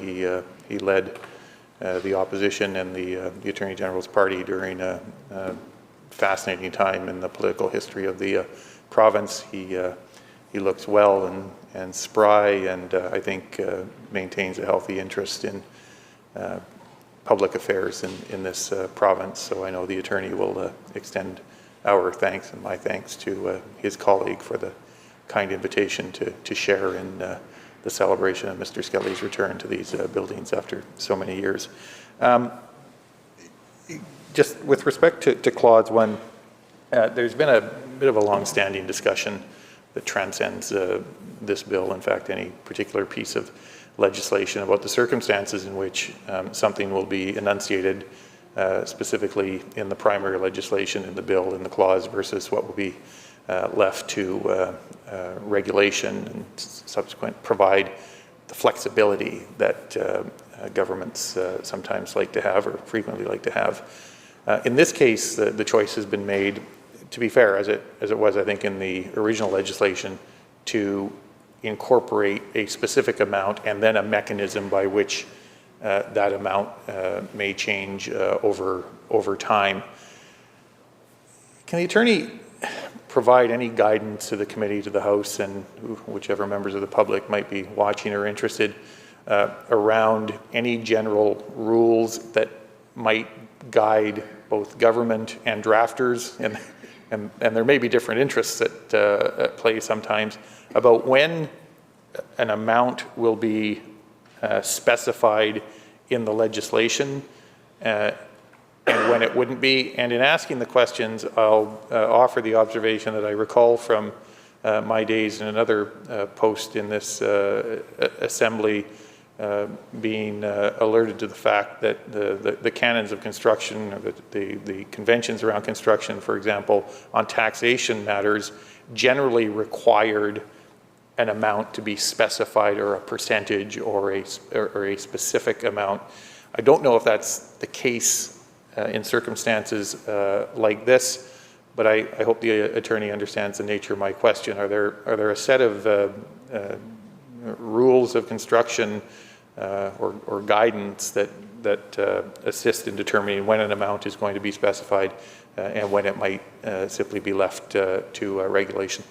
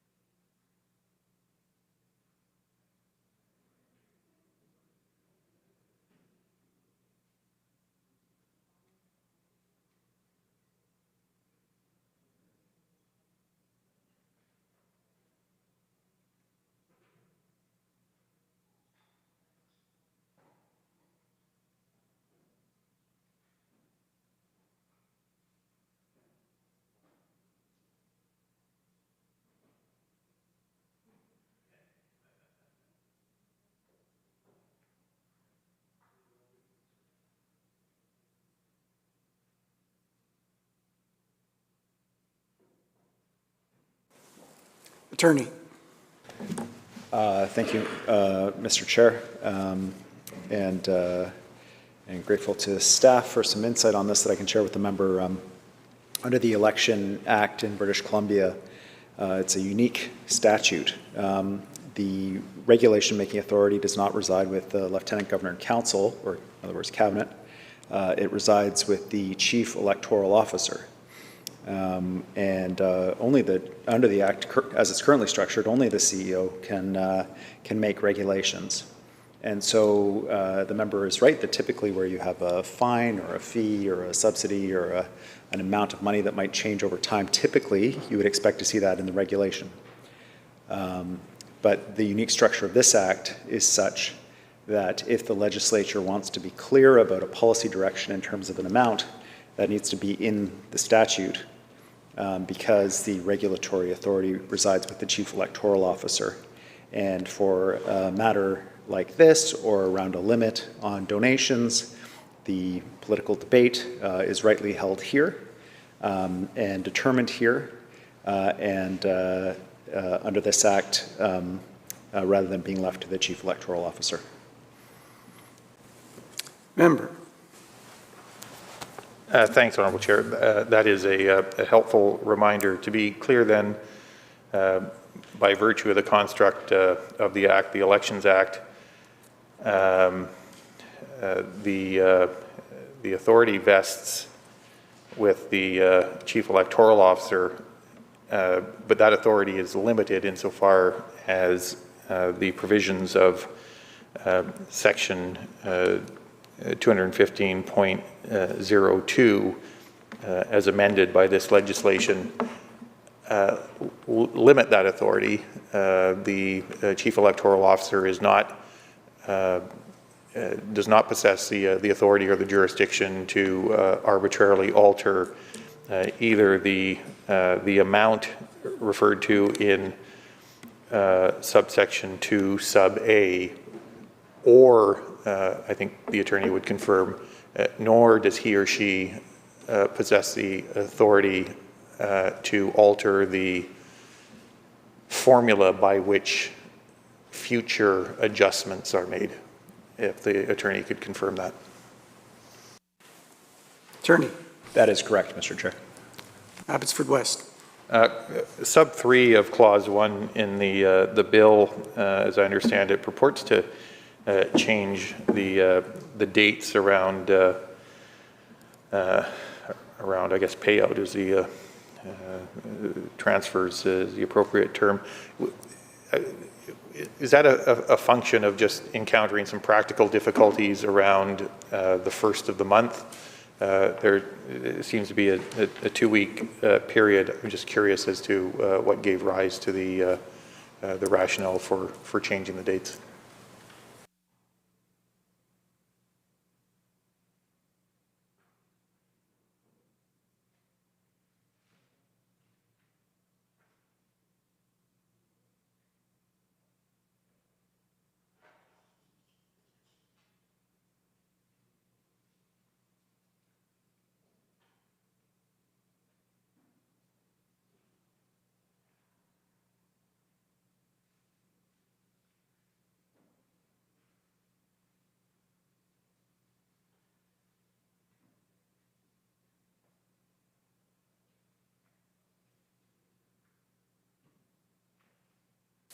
Attorney. Thank you, Mr. Chair. There are two reasons. The payment dates as structured were set up to be made on January 1st and July 1st. The member will immediately recognize that those are typically statutory holidays, which brings one set of challenges that this amendment addresses. The second is that in the technical consultations with Elections BC, staff were advised that calculating the inflation rate for the previous year as well as the payments that were required on a statutory holiday for payment was a lot to ask, and that simply changing the date to the 15th would enable the time necessary and ease the administrative burden of Elections BC in determining the amounts of the payments, which for the first of the year would be based on the CPI as well as the appropriate amount to each party depending on the number of votes. So those are the two reasons for the shift, and I guess I don't have anything else to say. I thought I'd have another great insight there, Mr. Chair, but I'll wrap it up there.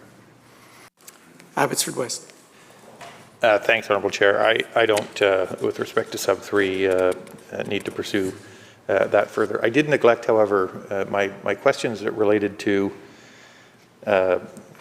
sub 2. I suppose the follow-up that I should ask. We've established, and the attorney has helped establish for the committee, that the chief electoral officer is precluded from making alterations to either the amount in sub A or the formula for calculating future adjustments. That requires a purposeful amendment by this assembly. Can the attorney simply confirm that that is also true for the for reasons he's already alluded to? The Lieutenant Governor and Council is precluded from altering either the amount referred to in 2 sub A or the formula for calculating adjustments in the future. Attorney. Thank you, Mr. Chair. So stated in the positive, the only way to change the amounts or the formula is through legislative amendment, through a vote passed by the majority of the legislators in the Assembly. Stated in the negative, Lieutenant Governor and Council, neither a Lieutenant Governor and Council or Cabinet or the Chief Electoral Officer on their own or in combination can change the amounts of the formula without a statutory amendment. Shall Clause 1 pass? So ordered. On Clause 2, Abbotsford West. Thanks, Honourable Chair. I think the attorney may have heard me refer to this in the brief second reading exchange, and the question that I alluded to was this: the decision has been made and discussed at a different committee, other than this, around the continuing the payment of these amounts into the future, or eliminating the time-limited nature of them. But there was also a review mechanism contained in the original provisions, and the decision has also been made, from my reading and my understanding, to eliminate a requirement on the part of the special committee to review in general terms the process by which these payments are made to political parties, political participants. Can the attorney indicate to the committee what the rationale was for completely eliminating that review function, whether it was after 2 years, 3 years, or 5 years, or I suppose 10 years? But it would be helpful to hear from the attorney what his and the government's rationale for that step was.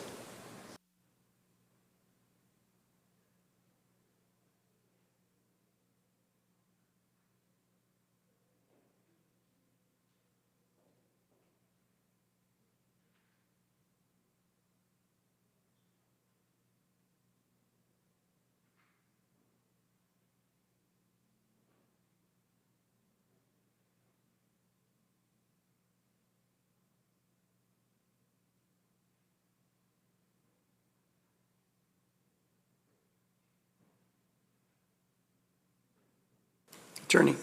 Thank you, Mr. Chair. The recommendation of the committee was that annual allowances be made permanent, and the recommendations also included adjusting them by CPI, which would eliminate the need for future reviews on amounts. The member will recall that the previous mandate for the review was whether there should be an annual allowance continue to be paid.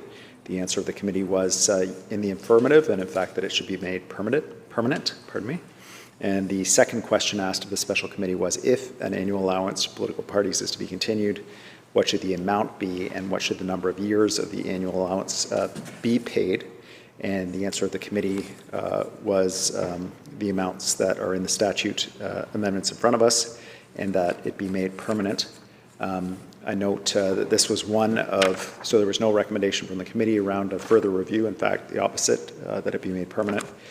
And I note that this is one of several reforms around our political donation and funding system in the province, whether it's an issue of donation limits or reimbursements or otherwise. Those changes are part of the legislation now, and any reforms would be through statutory amendment, not through review by committee. Member. Thanks, Honourable Chair. I don't think I take issue with any of what the attorney has offered to the committee, except to make this observation that I'd like him to comment upon. So the committee, the committee received its marching orders, its mandate to address the two questions that the attorney has referred to. I don't think they were asked to include a recommendation around any kind of a review mechanism, and I don't believe they offered an opinion on that matter. So I'm deriving, surmising, I should say, from that the decision around eliminating any kind of a review mechanism was that of the government's. And I'm not intending to be argumentative about this. I think the attorney sort of left the impression that this flows automatically from the recommendation of the committee on the two questions they were asked. I'm not sure it does. I think the legislation could be faithful to the recommendation of the committee, but maintain a review function down the road. The decision has been made not to do that, And it seems to me that that was a purposeful decision on the part of government.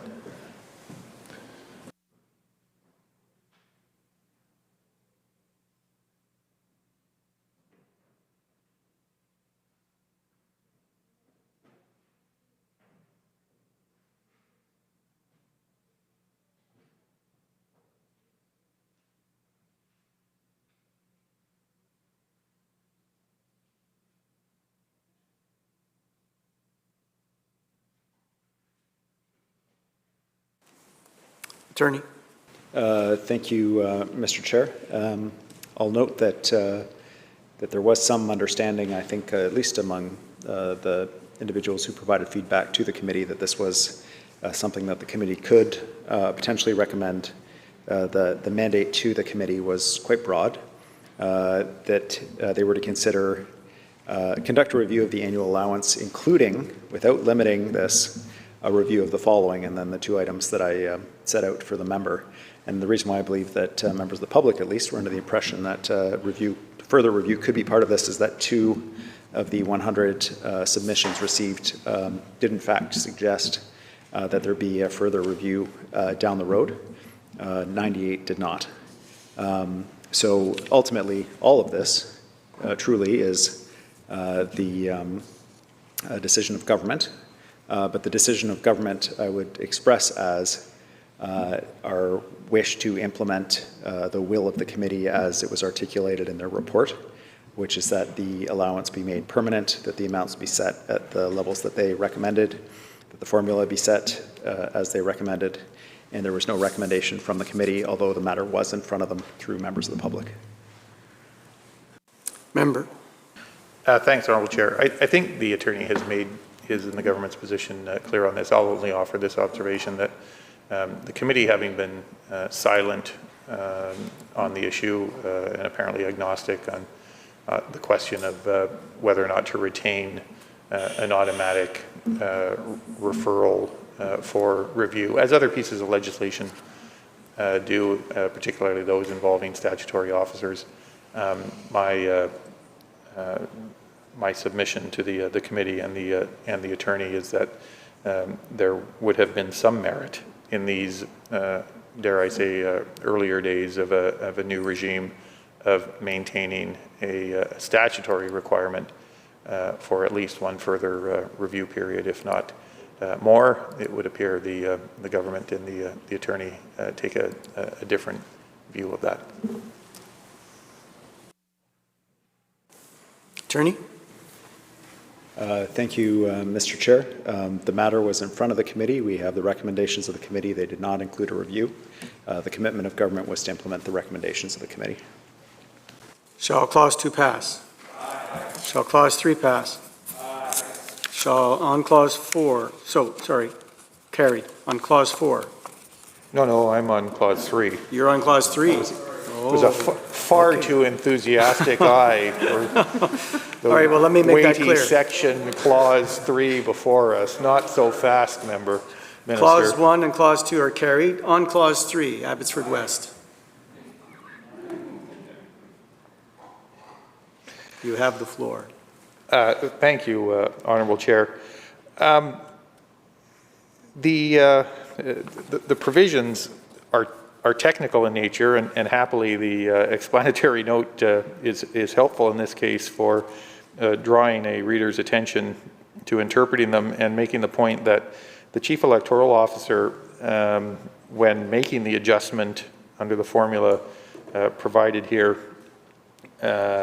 in the future, is permitted to use the Consumer Price Index prepared under the Statistics Act or published under the Statistics Canada Act to determine which consumer price index is applicable for a particular time.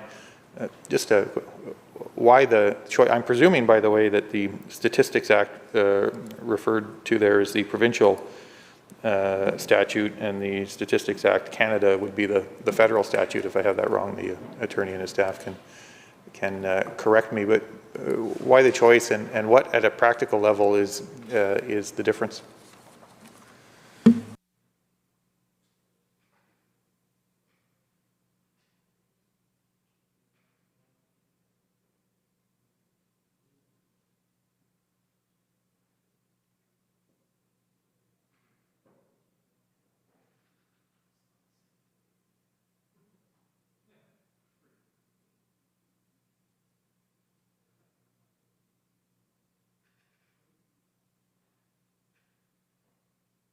Attorney.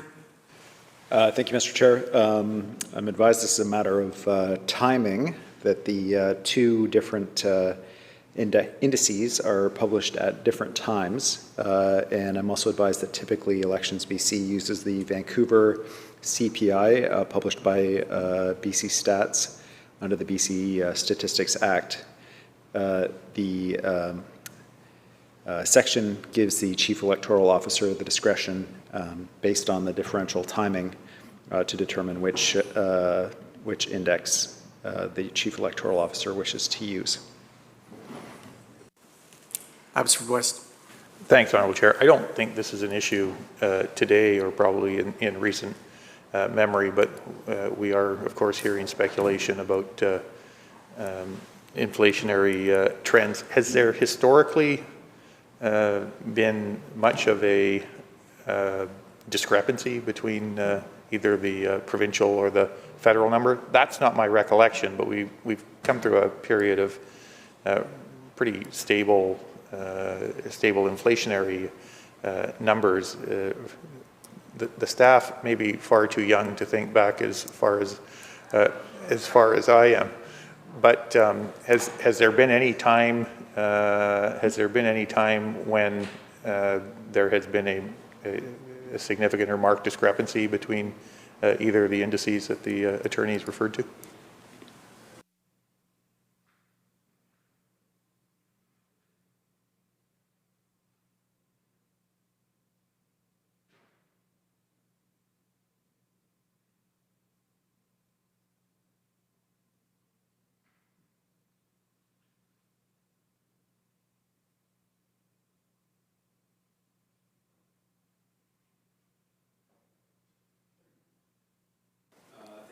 Mr. Chair, I'm advised that the amendment or the section is based solely on the issue of timing, that to the best of staff's knowledge, there is not a significant discrepancy between the two indices. That does not mean that there will never be or that there has not been, but we don't have the information in front of us in terms of historic rates of inflation between the two separate measurements, and we can find that for the member certainly if he's interested. We just don't have it in the House. Shall Clause 3 pass? So ordered. Shall Clause 4 pass? So ordered. Shall the title pass? So ordered. Attorney. Move the committee rise and report the bill complete without amendment. Members, you've heard the motion. Those in favour indicate aye. Any opposed, nay. Motion's carried.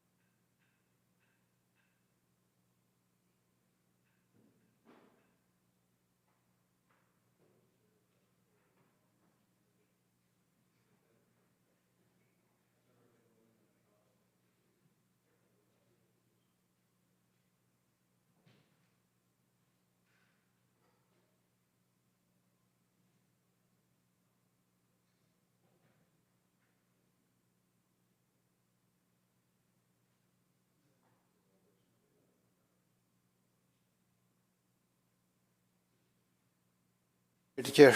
Honourable Speaker, the committee rises on Bill 27 and reports it complete without amendment. When shall the bill be read again? Now, Honourable Speaker. Members, it's the third reading of the bill. All those in favour indicate aye. Aye. Opposed? Motion carried. Bill 27, Election Amendment Act 2021, has been read third time and has passed. Government House Leader. Thank you, Mr. Speaker. I call continued debate on Bill 22. Committee stay? Committee stay. Yes. Okay. Right. Committee Chair.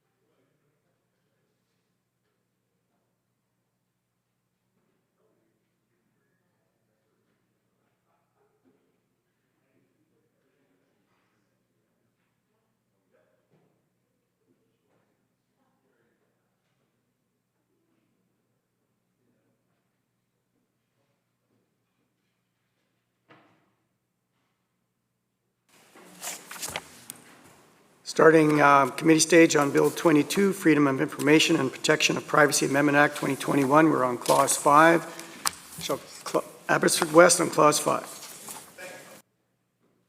Thanks, Honourable Chair, and welcome back to the Minister and her team.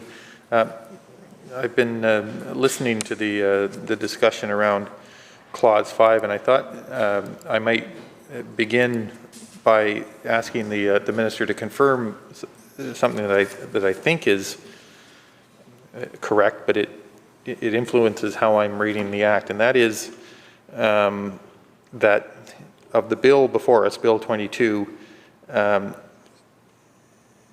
Section 5 and Section 44 need to be considered together because they both pertain to Section 75 of the existing Act, and specifically Section 5 relates to, asks us and refers us to Section 75 of the Act as amended later in this bill by Section 44. Have I got the chronology right in terms of how to read this?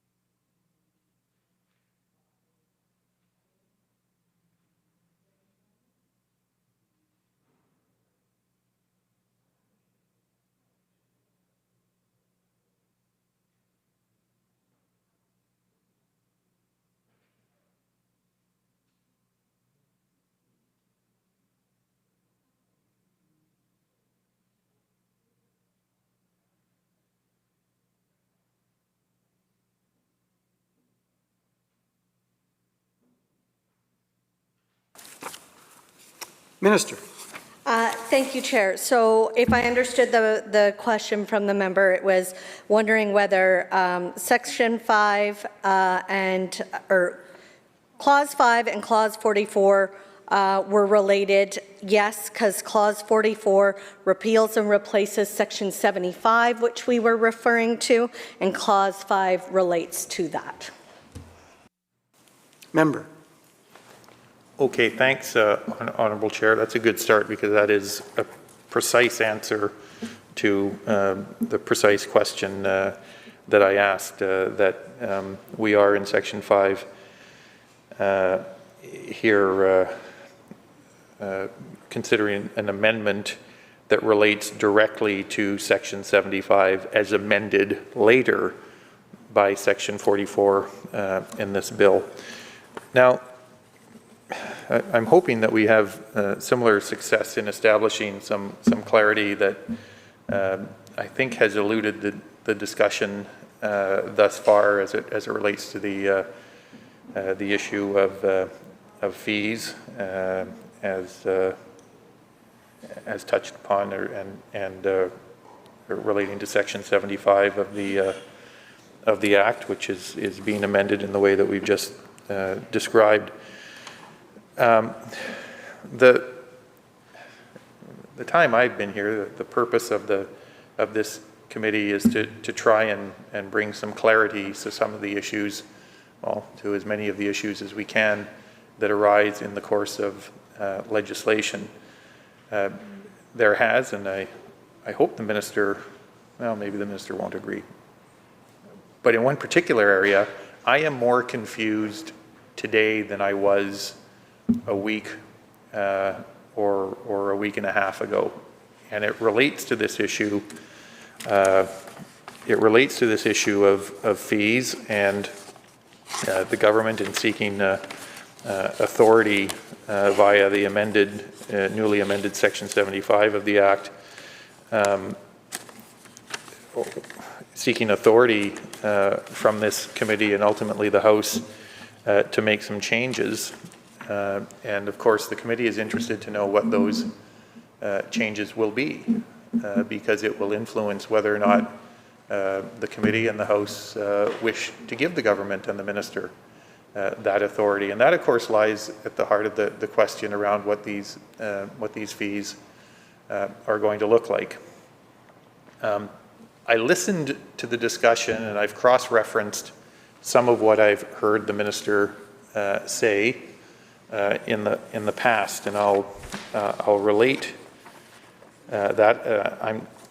My recollection is that the first time the minister had anything to say about this in the public forum, she was quoted in the following way. She said, quote, "This is a modest application fee for non-personal FOI requests, and it's in line with other jurisdictions. Other jurisdictions' fees range from $5 to $50. I'm recommending a fee right in the middle of that." I'll start there. One, does the minister stand by that statement? Has she made a recommendation?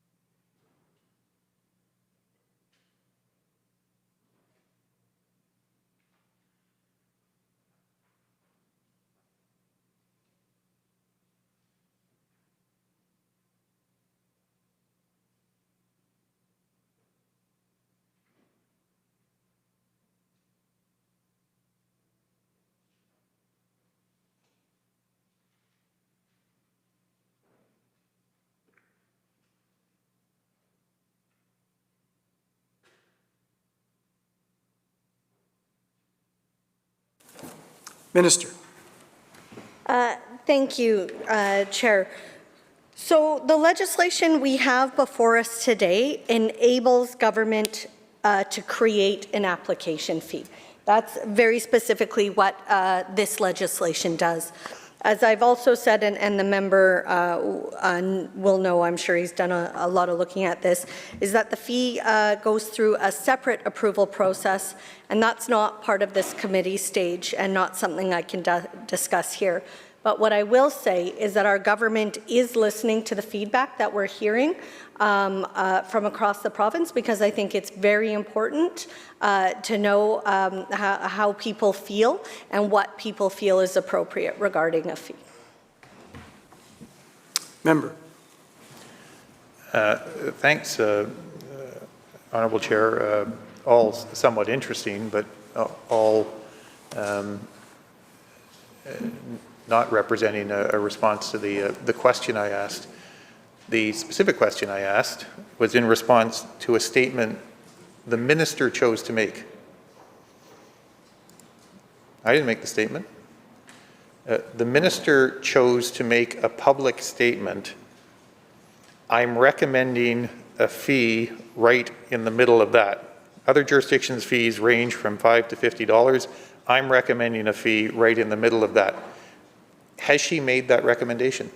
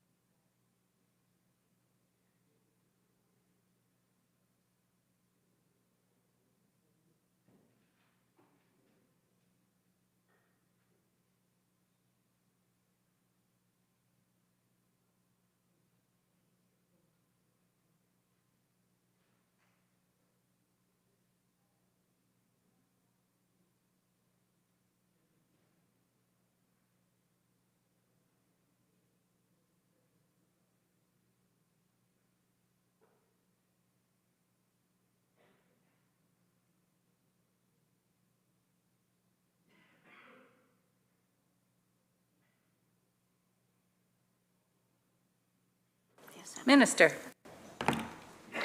Thank you, Chair. And through you, Chair, to the member, I stand by my answer I just gave. What this legislation, which we are discussing before us in this House today, the legislation gives government the ability to create a fee, and that is what we have before us.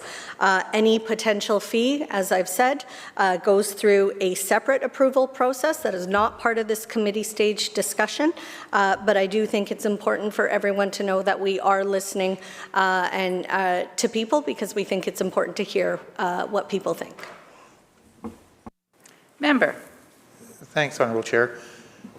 But hasn't the minister just made the point for why these are important questions for her to answer? The fact that she and the government have decided to relegate this to a regulation making authority means this is the only opportunity this body has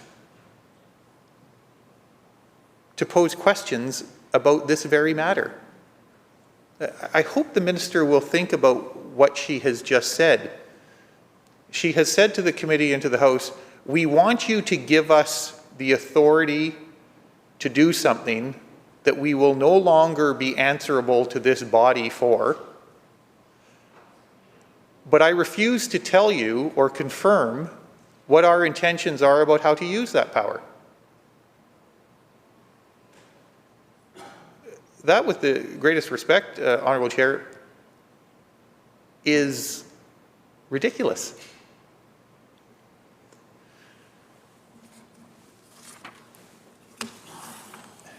Does the minister believe it inappropriate in tabling legislation and seeking support and approval from this body to create a new regulatory power? Does she believe it's inappropriate for the committee to ask her how the government intends to exercise that power?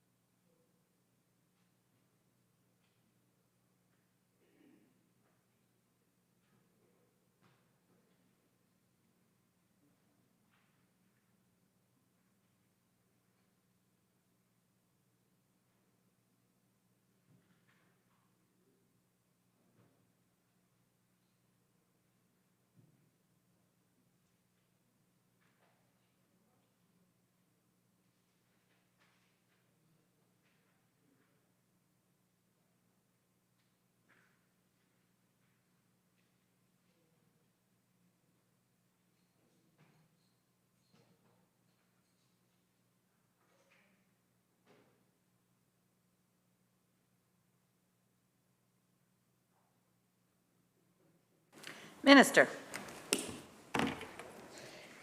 Thank you, Chair. So I do stand by my answer. So the legislation we have before us today gives the ability to create a fee, and that is the discussion for today, the ability to create the fee. The fee process goes as I've said, the fee goes through a separate approval process that isn't part of this committee stage, but I'm very happy to hear the members' feedback. The member provided a bunch of feedback on back in Clause 1. I know I'm sure the member's going to provide a bunch more feedback over the next couple hours. And I'm very happy to hear that feedback from the member and from the public, because I do think it's important for all that to be taken into consideration in the process that is outside of this committee stage in setting the fee. Thank you. Member. Thanks, Honourable Chair. Maybe the Minister could inform the committee about that, which he terms separate approval process for the fee. What does it entail, and is there a role for this committee to play?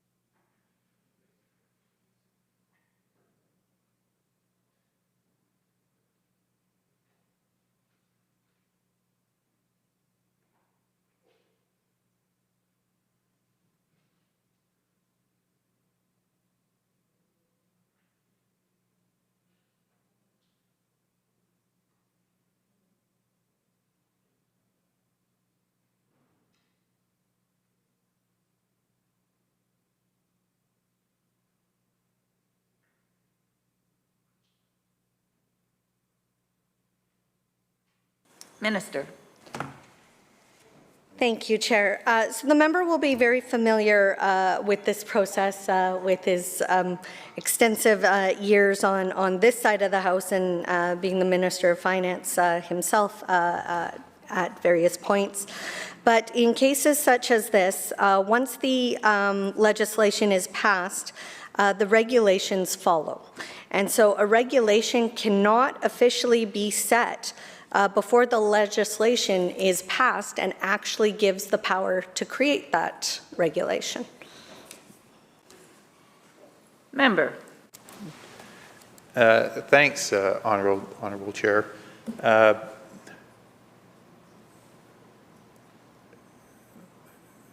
What I was hoping the Minister would confirm for the committee and people watching is the mechanism by which that regulation is set. And she's right, I have some fleeting familiarity with this. It goes to Cabinet.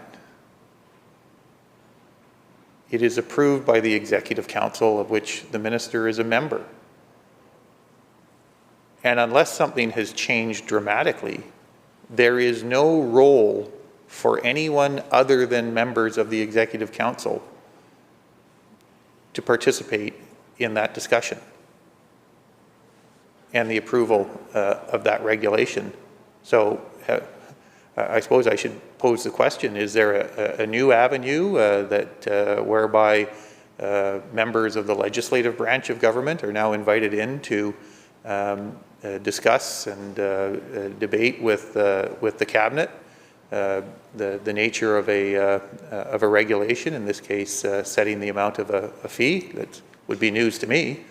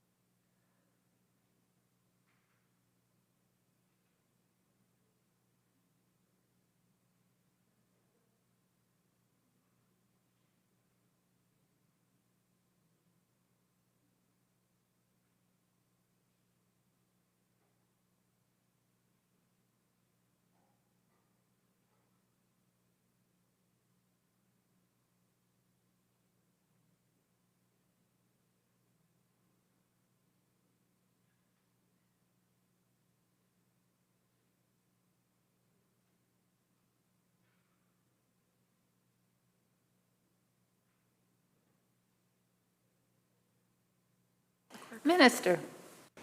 Thank you, Chair. So I think it's really important for the member and for anyone that is watching today during this debate that our government is listening. We heard the concerns that the member shared in Clause 1 and some of the letters. We're hearing them. We're reading them as well. We're hearing the concerns directly from British Columbians and what their feedback is, what their input is. And our government takes that into account. This is important. This is important as part of the decision-making process.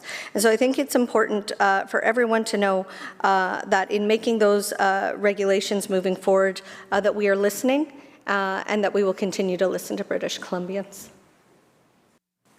Member. Thanks, Honourable Chair. Well, again, with the greatest respect, what people watching this exchange regrettably are learning is the following. A minister on behalf of the government, the Executive Council, is saying to this committee and to this House, we want a new power. In this case, a power to charge a new set of fees. People have views on that. But even before we get to that, the minister is saying, we want you to grant us this power, but I refuse to engage in a discussion about how we might use that power.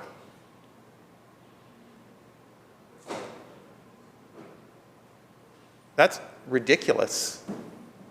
And that's a kind term. That's anti-democratic.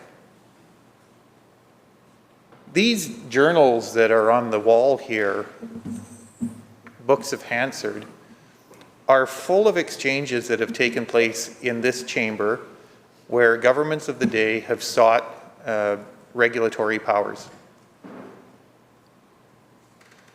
And in example after example, if the minister didn't table a draft regulation, and sometimes they did that, they would embark in a conversation with members of the committee about how that regulatory power would be, the government was considering using that power.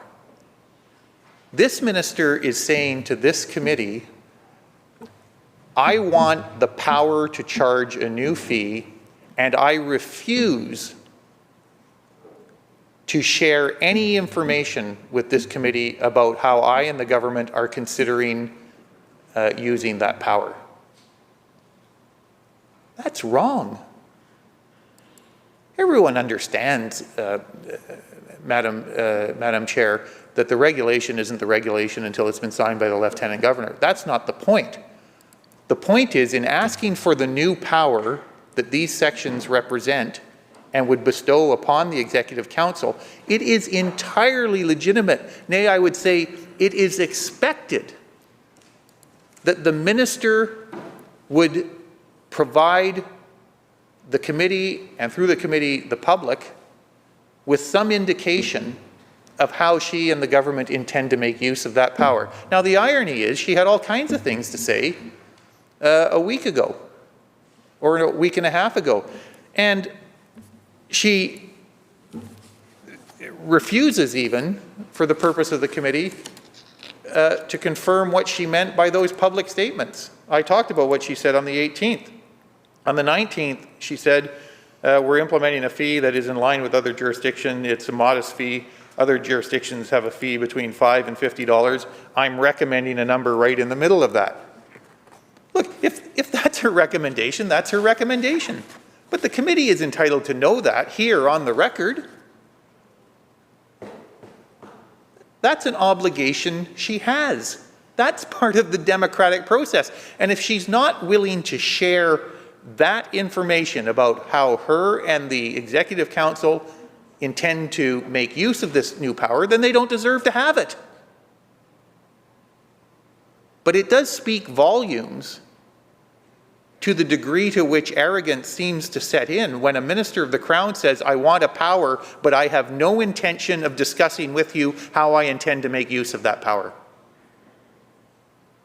That's an abuse.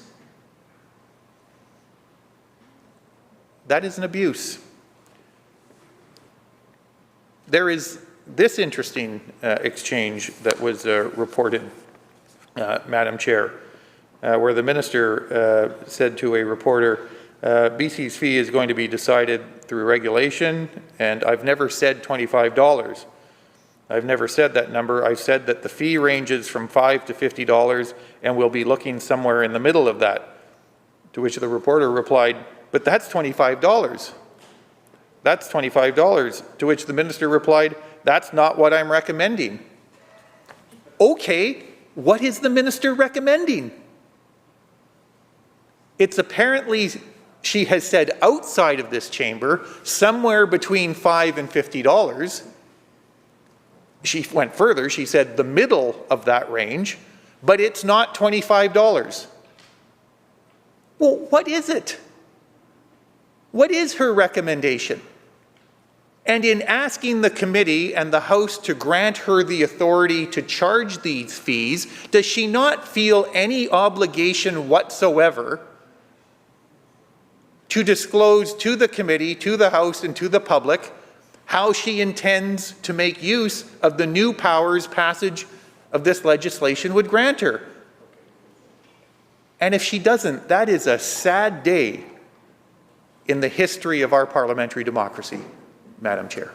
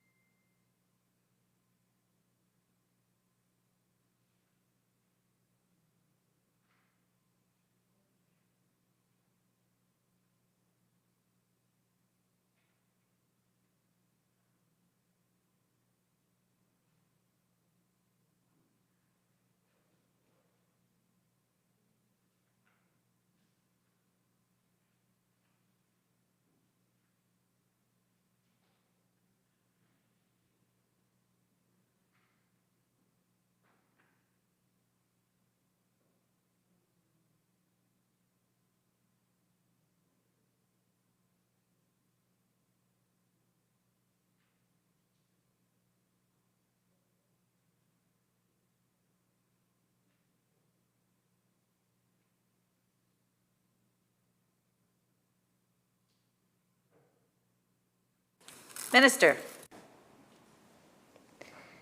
Thank you, Chair. For the member, I've provided the committee with this legislation before us here, how government is considering applying fees. I've said both publicly and as part of these proceedings that individuals seeking their own information would not be charged. And I have said to the member in my previous answers, and I stand by that answer, that the determination of a fee is set through a separate process, and I do stand by those statements. Member. Thanks, Honourable Chair. A separate process that excludes the legislative branch, the public, and is conducted behind closed doors, but perhaps more troublesome, a revelation here today from the minister that she and the government apparently in asking for authority, legal authority, to embark on the creation of a new set of charges on members of the public. She feels absolutely no obligation to reveal in any way how she and the Executive Council of the government intend to make use of those powers. That is remarkable and remarkably sad. You know, before the minister came in, Honourable Chair, we were dealing with another piece of legislation, Bill 27. It deals with an unrelated matter involving election finance. It's a short bill, but I was sitting here thinking, isn't that interesting? A piece of legislation that involves providing an allowance, money to politicians, sets out in detail how much that will be, to the cent, and includes a mechanism for how that amount will change and go up in the future. But when it comes to discussing how much money the government, this government, is going to take out of the pockets of citizens, the minister, in asking for the power to do that, doesn't want to even discuss, never mind an amount, even confirm a range. Does she realize how ridiculous, how anti-democratic, how troublesome that must appear to members of the public? It's astounding. Now, the minister and the government are somewhat the architects of their own problem here, because had they availed themselves of the services of the special committee, the minister could have stood here and said, well, you know, we've received input from the committee on this point, and we'll be guided, and she could have fallen back on that as an explanation and engaged in a conversation about that. But of course, they have chosen, as is now all too well known, to sideline the committee who is charged with considering these matters. So I'm going to ask one more time, I suspect in vain, for the minister to make it clear, and she will, I expect, do this by virtue of another non-answer, but to simply confirm that today, with respect to Section 5, and eventually when we get to, I think it's Section 44, she, on behalf of the government, is seeking support from this committee to create a legal power to charge members of the public a fee, but she steadfastly refuses to provide this committee, and through this committee, the public, with any indication of how she and the government intend to make use of that newly acquired power.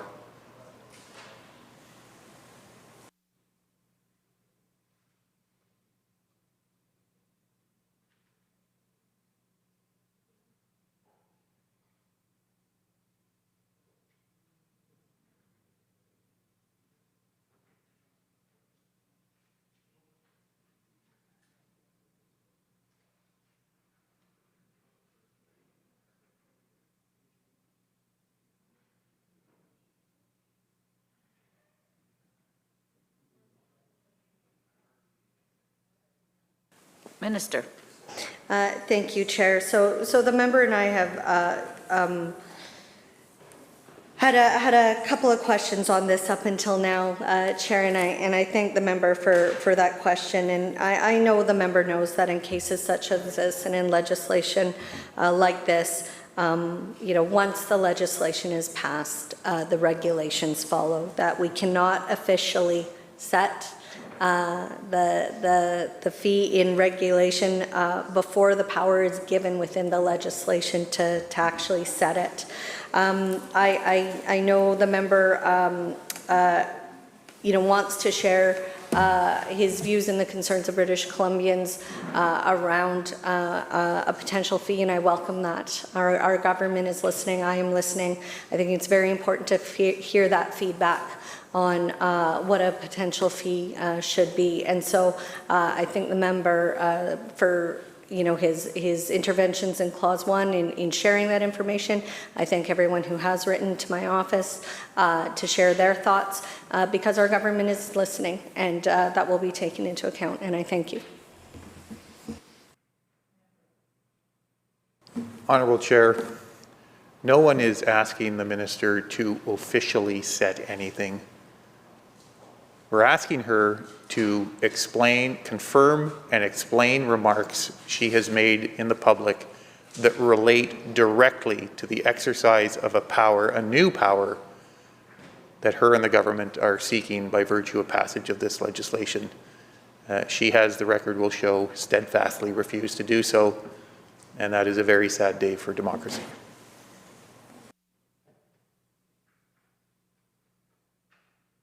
Oh. Member from Saanich North and the Islands. Yeah, thank you. Does the minister agree that if the government chose to, they could set that fee in legislation?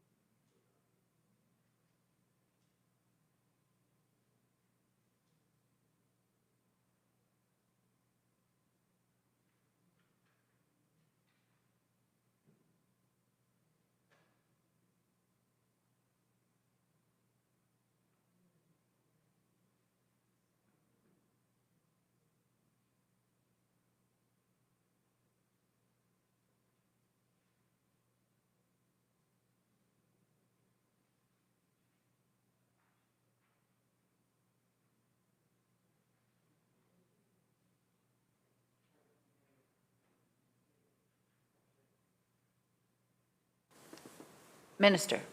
Thank you, Chair. So FOIPA's current fee structure is set out in regulations, and a new fee would be aligned with that approach.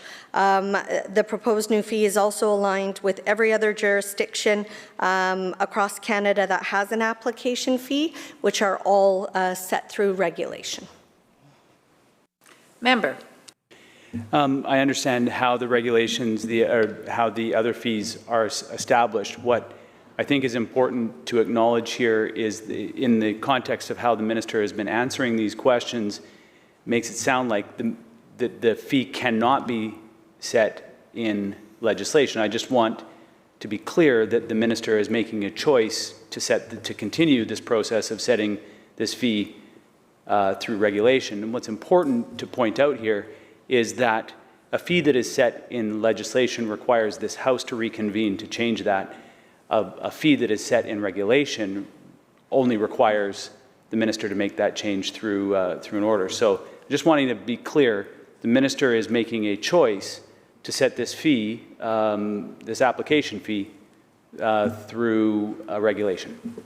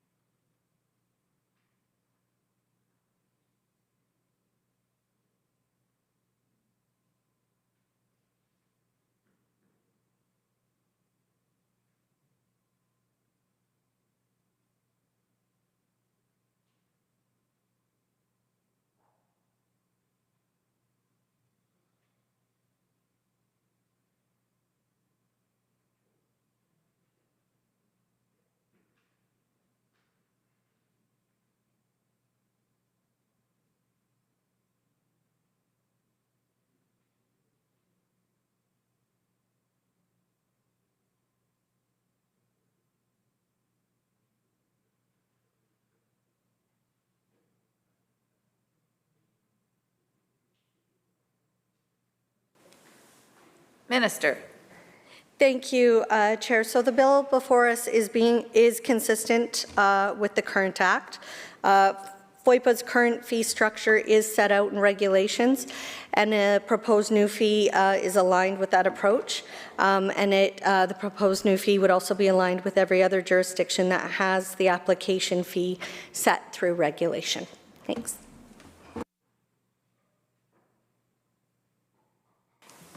Seeing no further questions, shall Clause 5 pass? Aye. Division has been called.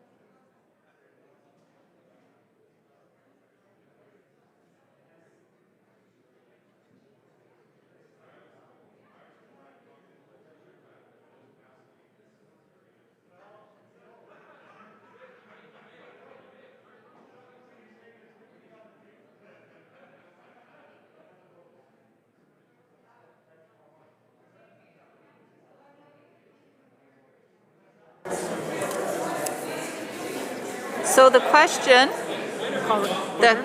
order.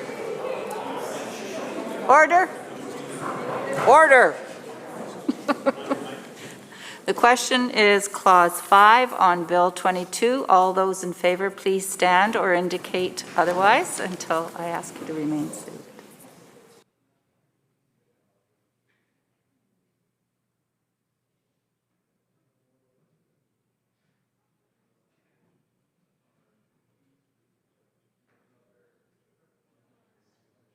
Susan, are you okay? You may be seated or lower your hands. All those opposed, please rise or indicate.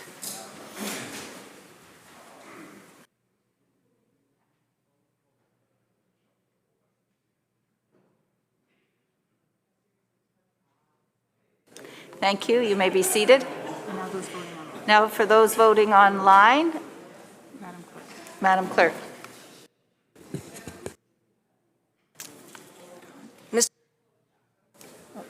I think the microphone.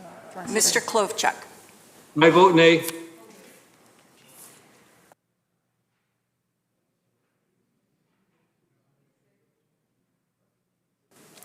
Madam Clerk. Those voting yea, Walker, Babchuk, Simons, Popham, Malcolmson, Bear, Kahlon, Kang, Baines, Dean, Cullen, Ma, Chow, Russell, Starchuk, Anderson, Donnelly, Bailey, Lohr, Alexis, Routley, Whiteside, Conroy, Farnworth, Robinson, Eby, Dix, Osborne, Fleming, Chen, Rankin, Ralston, Sharma, Routledge, Sandhu, Elmore, Brar, Sims, Deeth, Singh, Glumac, Coulter, Chant, and Green. Mercier and Dykeman. 46. Those voting nay, Letnick, Wilkinson, Ross, Patton, Rustad, Kylo, Watt, Dirksen, Merrifield, Kirkpatrick, Banman, Cadieux, Bernier, Halford, Millibar, Bond, DeYoung, Taggart, Stone, Oakes, Morris, Stewart, Sturdy, Furstenau, Olson, 26.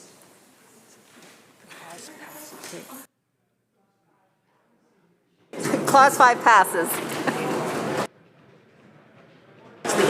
Before members leave. Say order. Order. Remind everyone that the dress code is still in effect during divisions. Okay. I'd just like to remind members that the dress code continues. Order!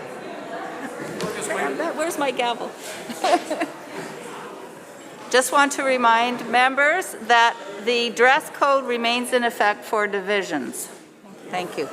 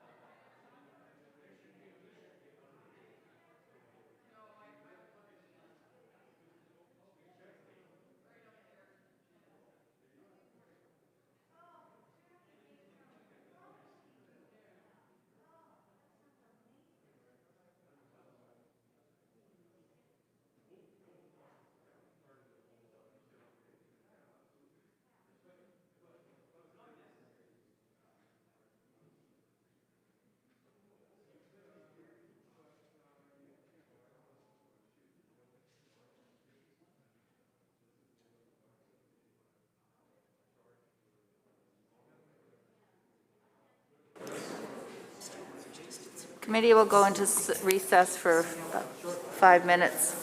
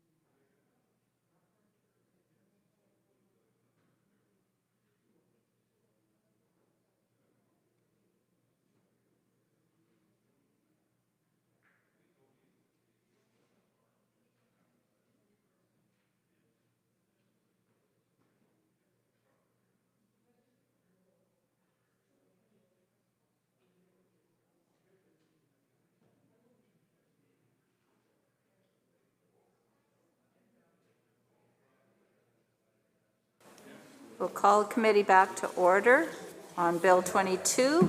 Shall Clause 6 pass? So ordered. Shall Clause 7?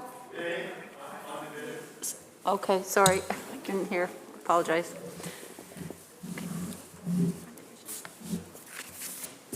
Shall Clause 7 pass? Those opposed? On division. Shall Clause 8 pass? Recognizing the member from Abbotsford South. Thank you very much, Madam Chair. I appreciate the opportunity to ask a few questions on Clause 8. So, with whom did the government consult with on this act? How many First Nations were consulted and how?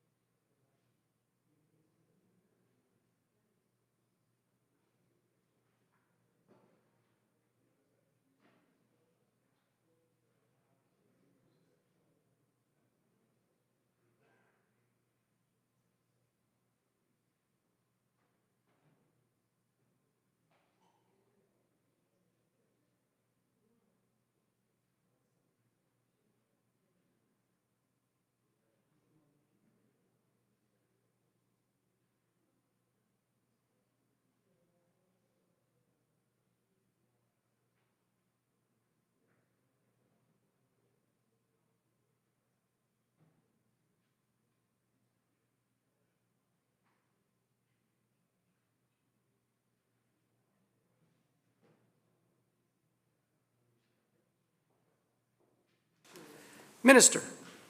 Thank you, Chair. So the Ministry of Citizen Services has had a meaningful dialogue with the Union of BC Indian Chiefs, with the First Nations Summit, with First Nations Leadership Council, the BC Assembly of First Nations.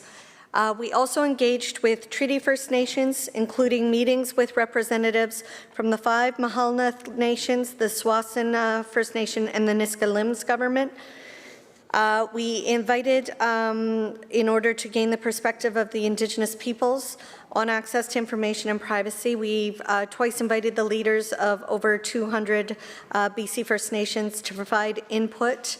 Most recently in 2021 on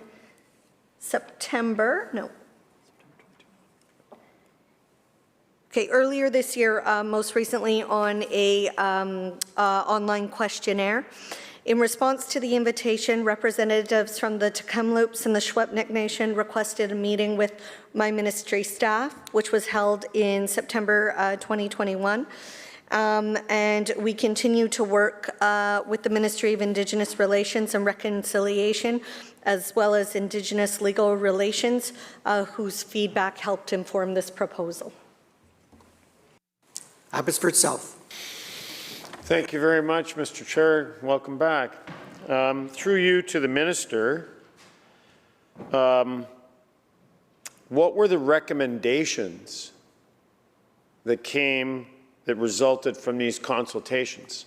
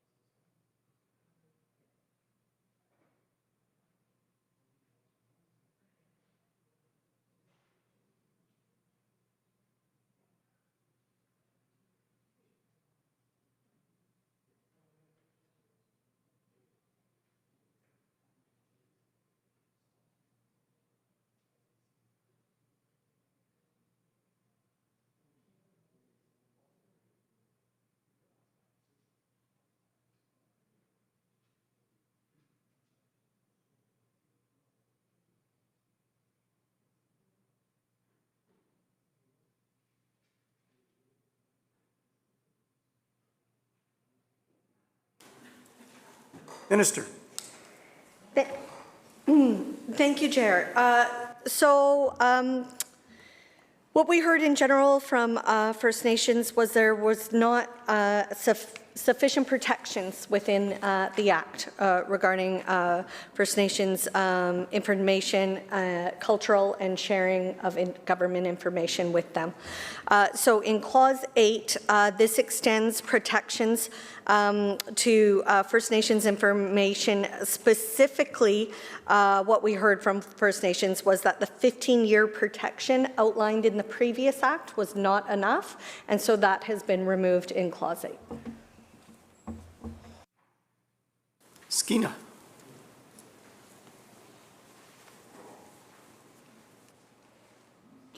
Thank you, Honourable Chair. And to the Minister, in reviewing Bill 22, the Freedom of Information Act, I listened to the answer given to my colleague from Abbotsford South. I'd like to take it back a bit to the definitions. And in Section 8, subsection A, the term Aboriginal government has been stricken and replaced with Indigenous governing entity.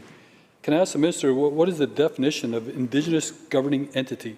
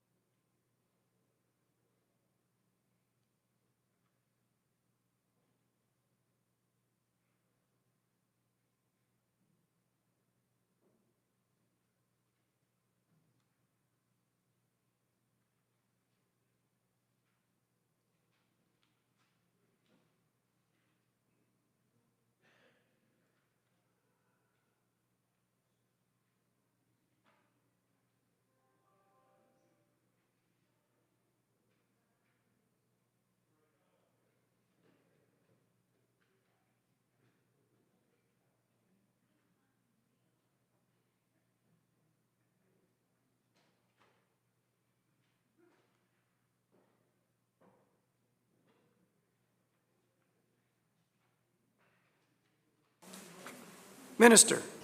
Thank you, Chair. So the definition reads that Indigenous governing entity means an Indigenous entity that exercises government functions that includes but is not limited to an Indigenous governing body as defined in the Declaration of the Rights of the Indigenous Peoples Act. So the intent is to be as broad and as inclusive as possible in this Act. Member. Thank you, Honourable Chair, and to the Minister, thank you for that answer. And is there a reason why the wording is different from the definition in Bill 41, the Declaration of the Rights of Indigenous People, where the definition actually has a different term? It doesn't say entity, it actually says Indigenous governing body. But the definition there means an entity that is authorized to act on behalf of Indigenous peoples that hold rights recognized and affirmed by Section 35 of the Constitution Act of 1982.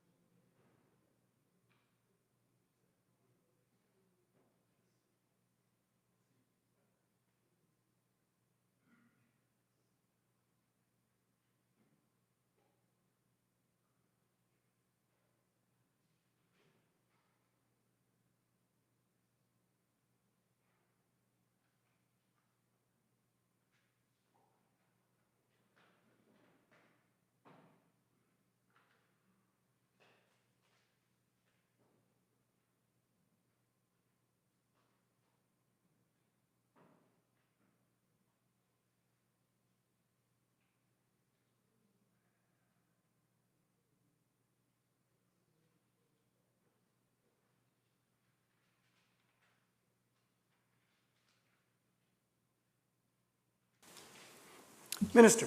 Thank you, Chair. So the Indigenous governing entity does include Indigenous governing bodies in it, as I just read through you, Chair, to the member. But we wanted to make sure that we were being as inclusive as possible. We want to, the goal of it through you to the member is to ensure that no one that currently has rights under FOIPA has them taken away. So we wanted to make sure we were being as broad and as inclusive as possible. Skeena. Thank you, Honourable Chair, and to the Minister, thank you for that. And Section 35 of the Constitution Act is actually a pretty significant section of our Constitution in Canada. And I was trying to figure out whether or not the government's bill on Bill 41, United Nations Declaration of the Rights of Indigenous People, actually held this definition, this Section 35, as the foundation of Bill 22. And so can I ask the Minister, through the Chair, of course, what is the Minister's opinion in terms of what is an Indigenous governing entity in terms of the definition given in the UNDRIP bill, Bill 41?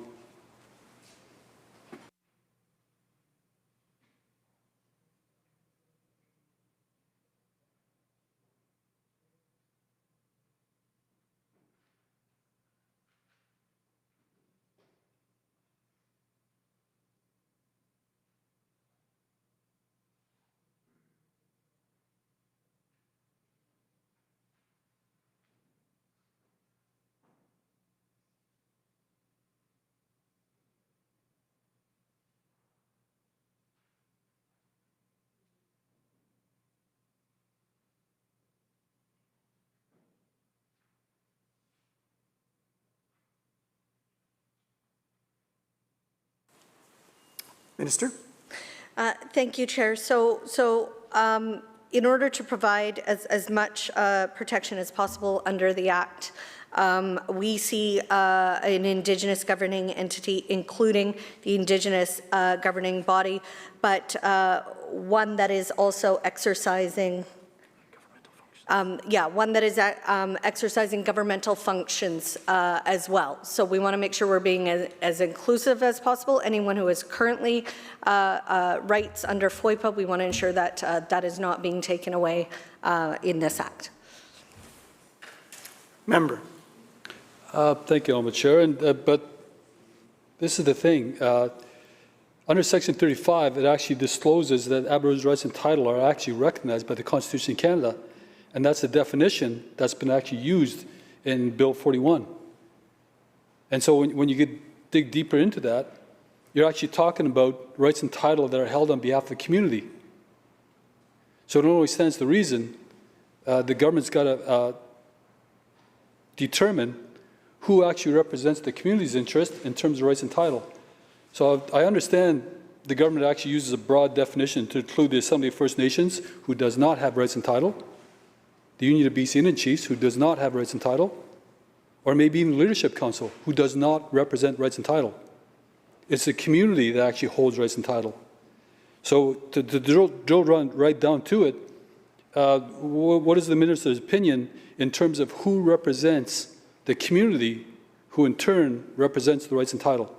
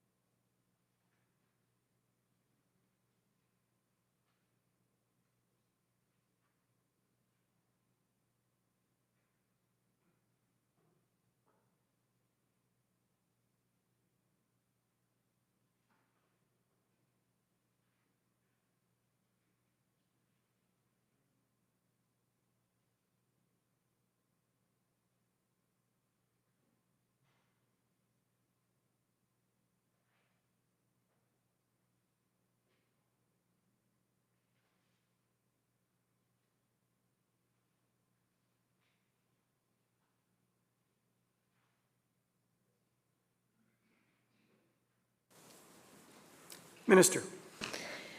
Thank you, Chair. So I agree with the member. Organizations such as the UBIC are not exercising governmental functions, and so this section would not apply to them. Member. Okay, thank you, Honourable Chair, and to the Minister, thank you for that. That affirmation actually speaks volumes. But the question was, how does the government actually define the leadership entity of a community who represents rights and title? How does the government determine that, now that we've determined that it's not the Assembly of First Nations, it's not the Leadership Council, it's not the Union of BC Indian Chiefs? So how does the government determine who is actually the Indigenous governing entity when they're talking about the consultation that's actually determined as per Bill 41, the UNDRIP bill?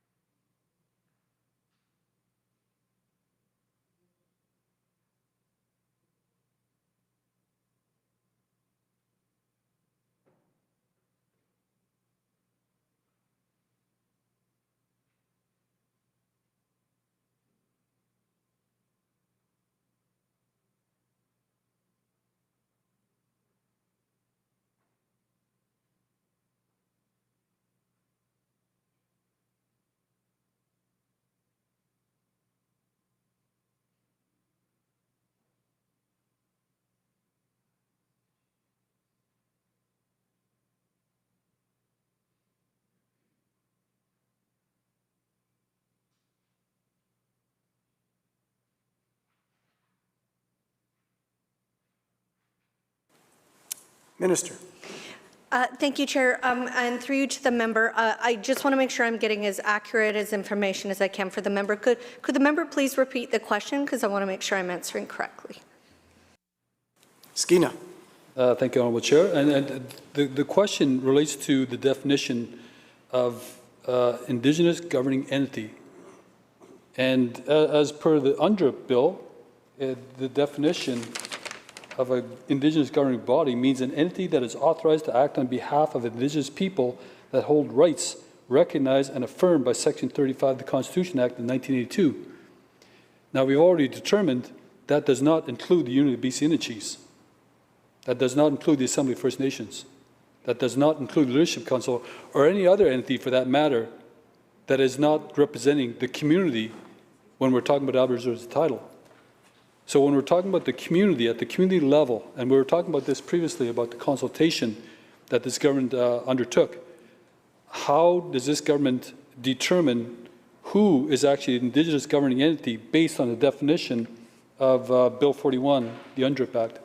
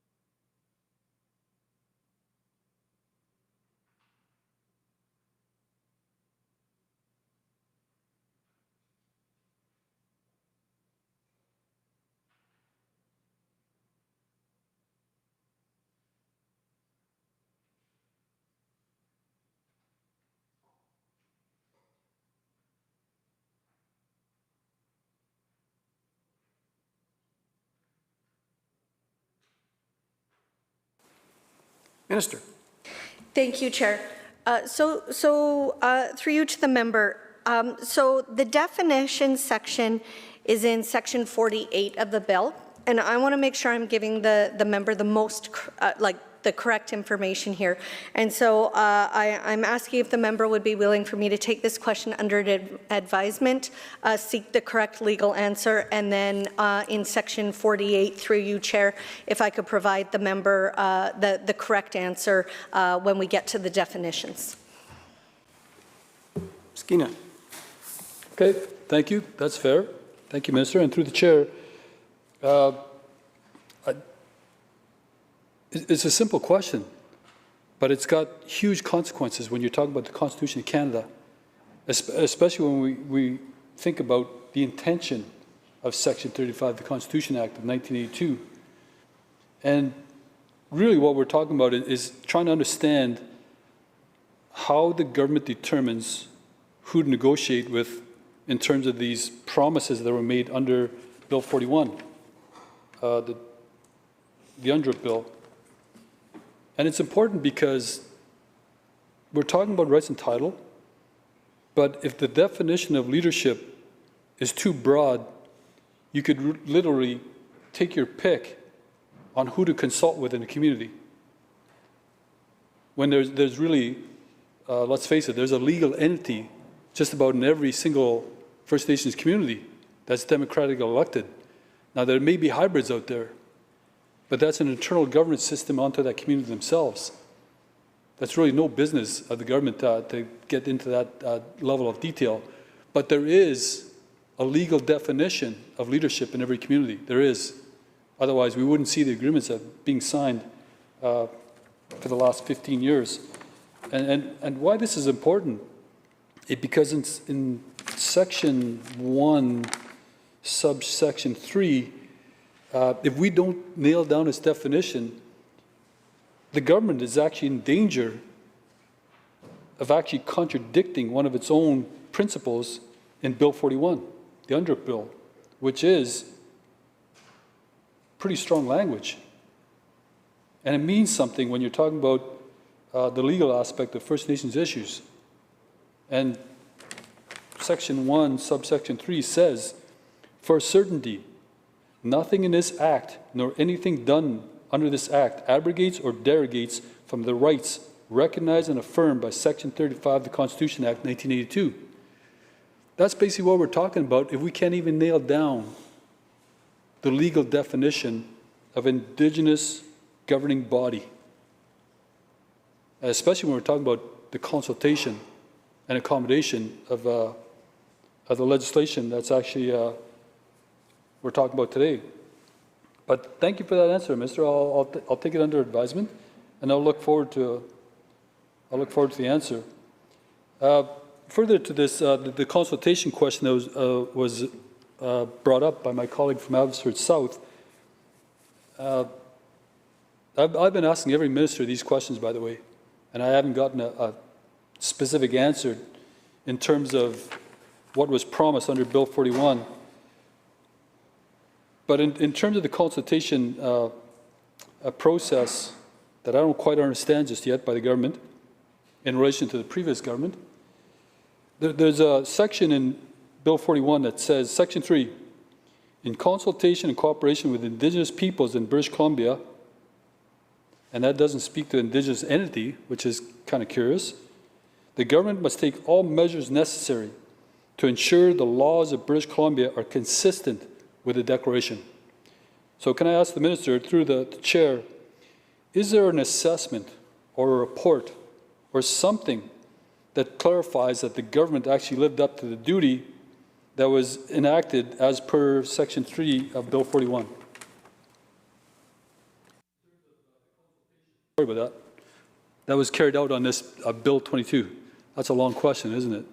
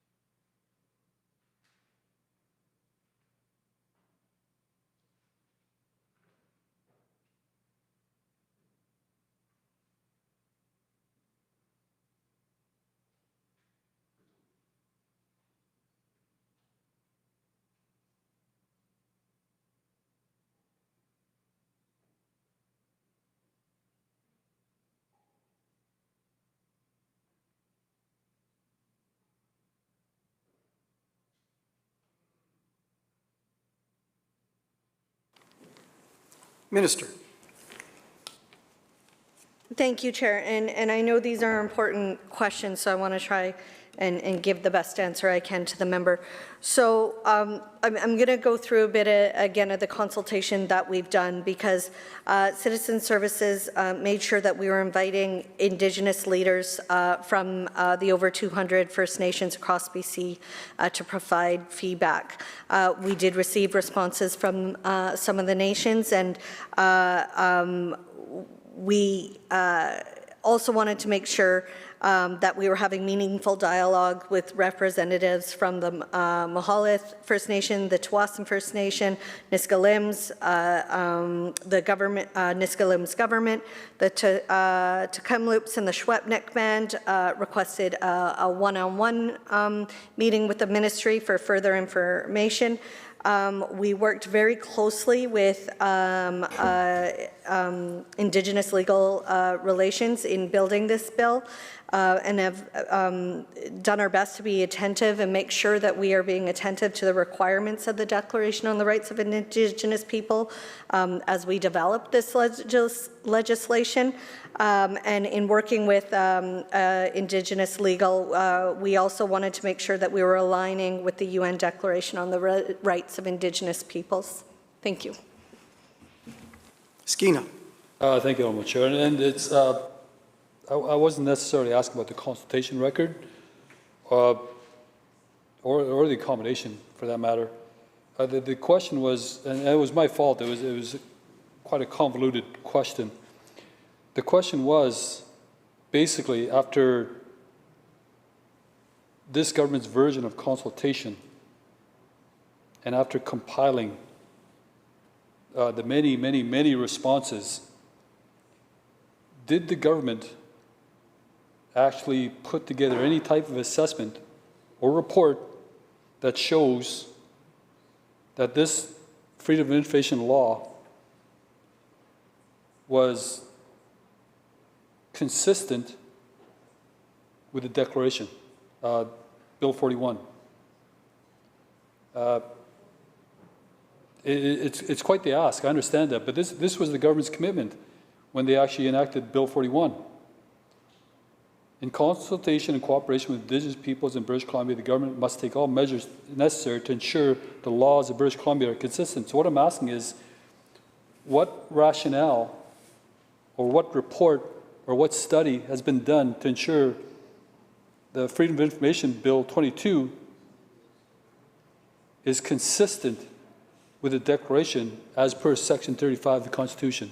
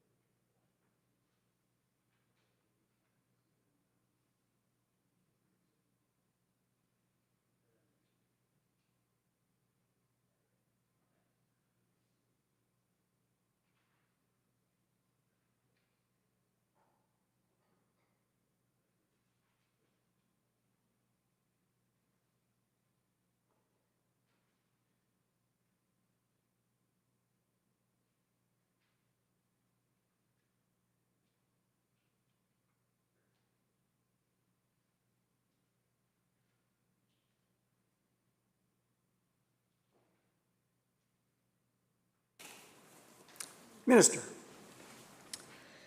Thank you, Chair. So I want to back up with the member for a minute, because I do think it is really important for all of us to acknowledge the member's questions, which are very important because we were the first jurisdiction in Canada to adopt the UN Declaration of Rights on Indigenous Peoples through legislation, affirming the law of human rights of Indigenous peoples. And we did that unanimously in the House, with the member as well. And so, we are continuing to learn across government through our ministries as we go through our consultation process. We are consulting deeply and earlier than we ever have before on proposed legislation. And as part of our commitment to consultation, we are discussing with Indigenous partners, the legislation that's before us.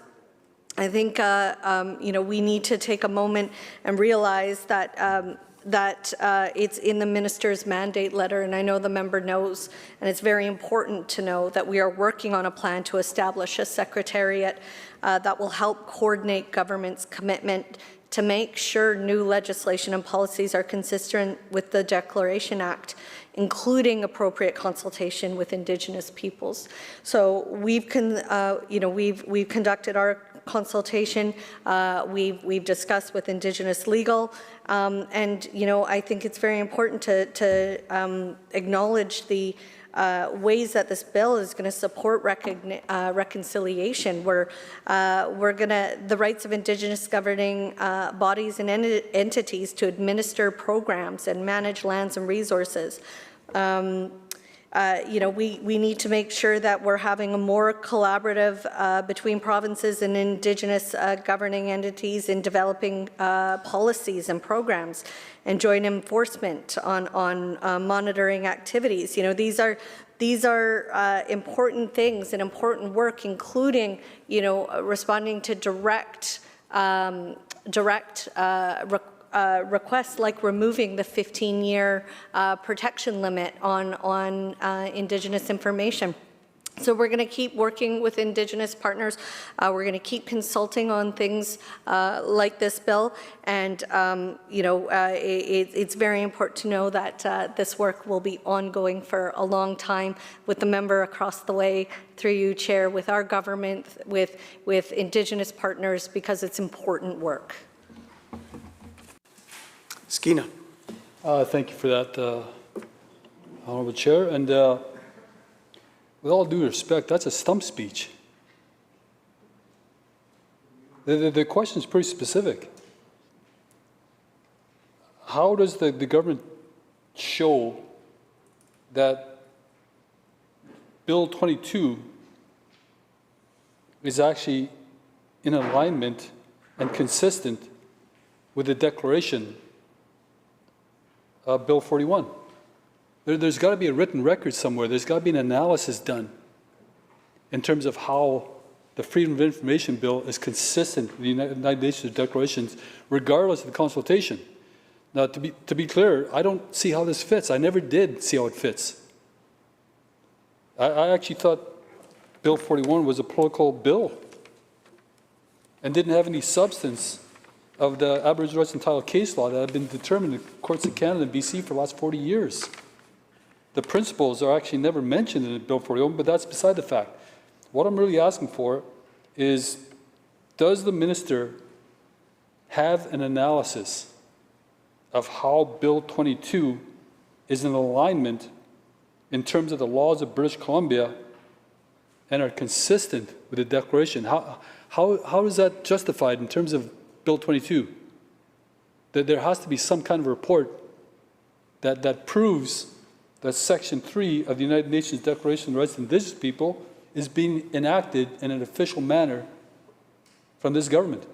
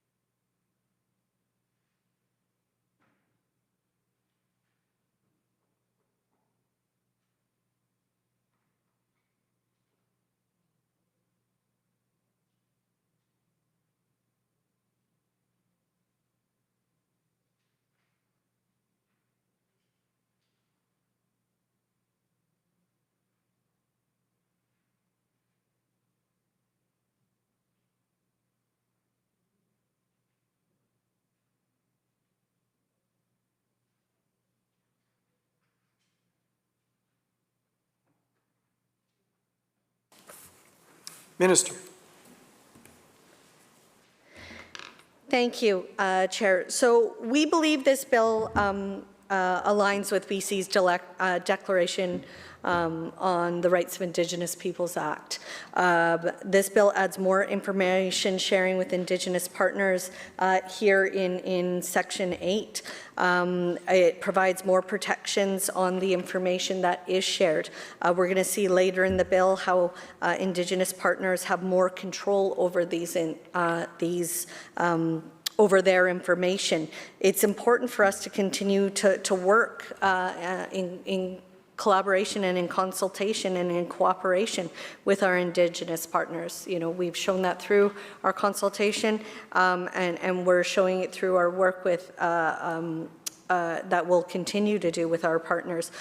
You know, we have worked with the Ministry of Indigenous Relations and Reconciliation, as well as Indigenous Legal Relations, whose feedback did help inform this proposal, as well as all the consultation that I've outlined for the member. And so, you know, I'm looking forward to, as we go through clause by clause in this bill, there's a number of areas where, you know, protecting Indigenous people's sensitive cultural information in ensuring things like the 15-year limit are removed are important to be included, and we're going to keep doing that. Thank you. Abbotsford South on Clause 8. Thank you very much, Honourable Chair. On Clause 8. In subsection 3, and then it states subsection 1 does not apply to information that is in a record that has been in existence for 15 or more years. 15 seems a little arbitrary. How do we get to that number?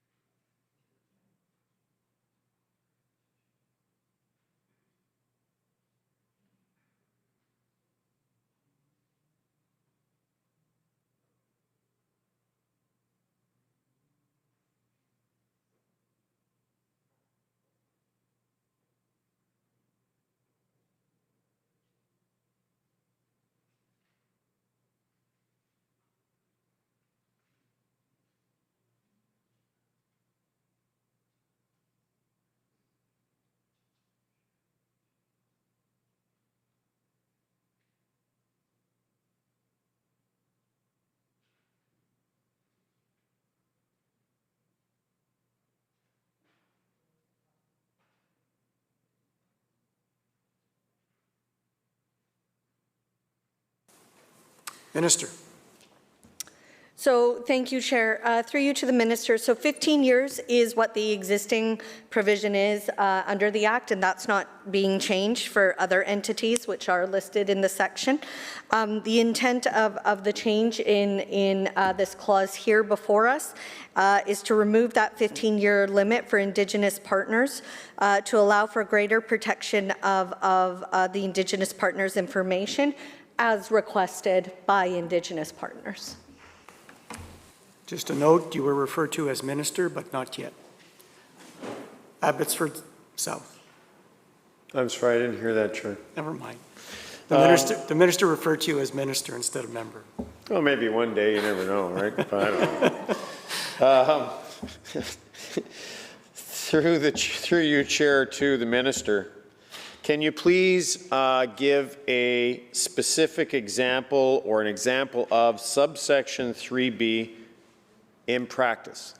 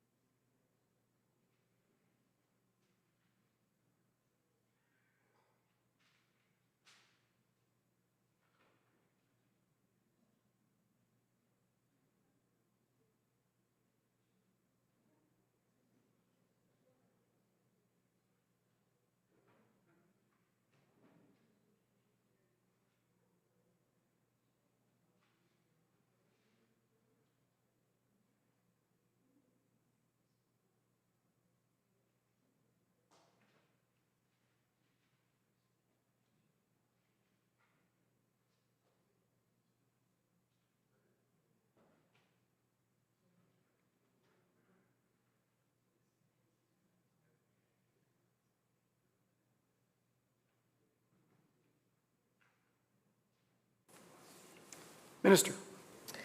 Thank you, Chair.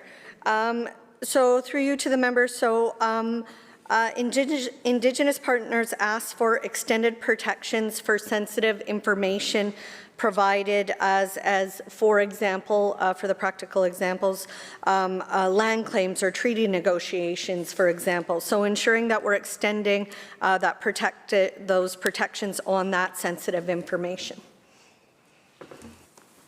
Shall Clause 8 pass? Aye. Ayes have it. On division. Clause 8 passes on division. Shall Clause 9 pass? Aye. Abbotsford South. Thank you, Mayor. Thank you very much, Chair. Through you to the Minister, what are going to be the results for Indigenous peoples by the changes brought in to the new section 18.1?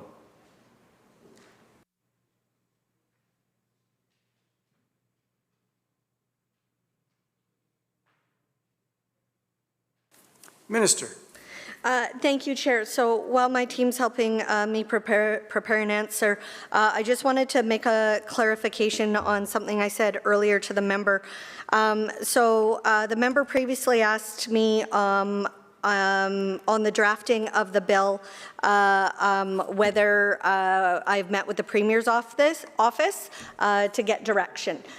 So there were 3 questions on that, and I advised the member that no, there was no meetings to get direction from the Premier's office.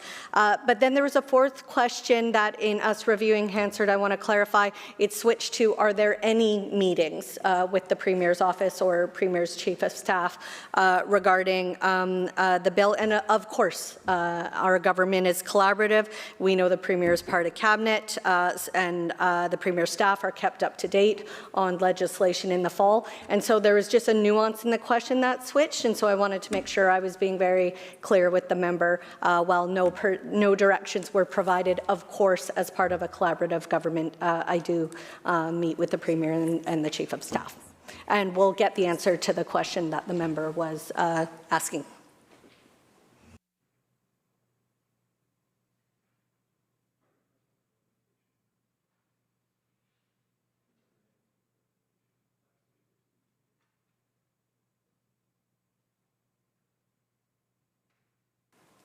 Abbotsford South. The Minister is working on answering your question. Thank you, thank you, Chair. Actually, I had, based on the response I just got on the response from the previous question that I asked, I do believe also in that I asked if there was any direct or indirect direction from the Premier's office or Premier's staff. Thank you. I don't know that I can answer.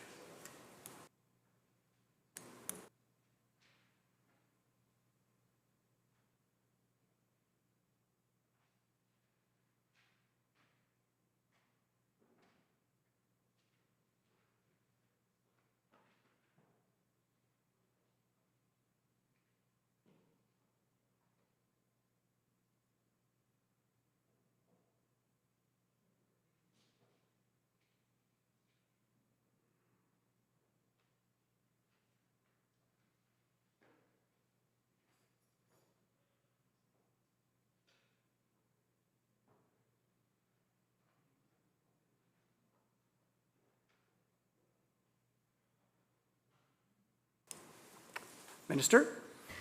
Thank you, Chair. So in the new section 18.1 in FOIPA, it will provide for a broader spectrum of protections to include Indigenous cultural heritage, traditional knowledge, and traditional cultural expressions.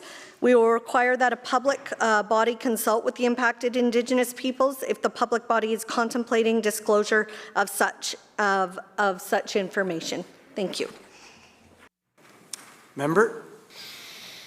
So, what consultation, through you, Chair, to the Minister, what consultation did government undertake with respect to this section specifically? Because it's a fairly sensitive section. It's an important section.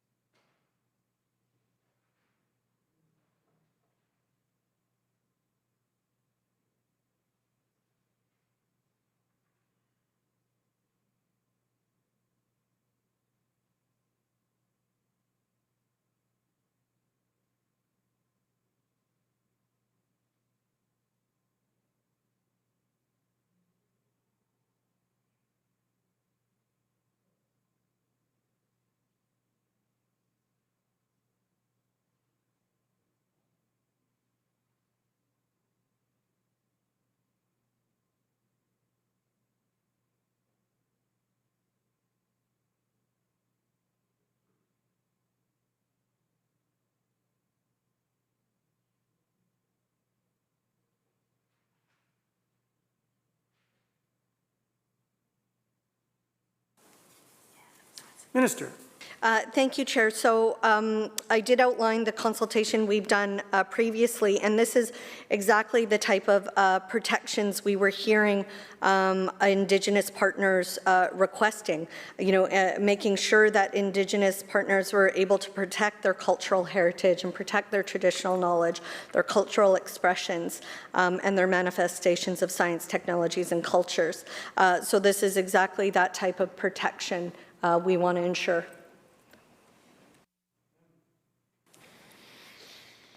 Thank you, Mr. Chair. Through you to the Minister, how many times were Indigenous groups and stakeholders consulted throughout the development of 18.1, and what recommendations did these groups and stakeholders communicate during those consultations?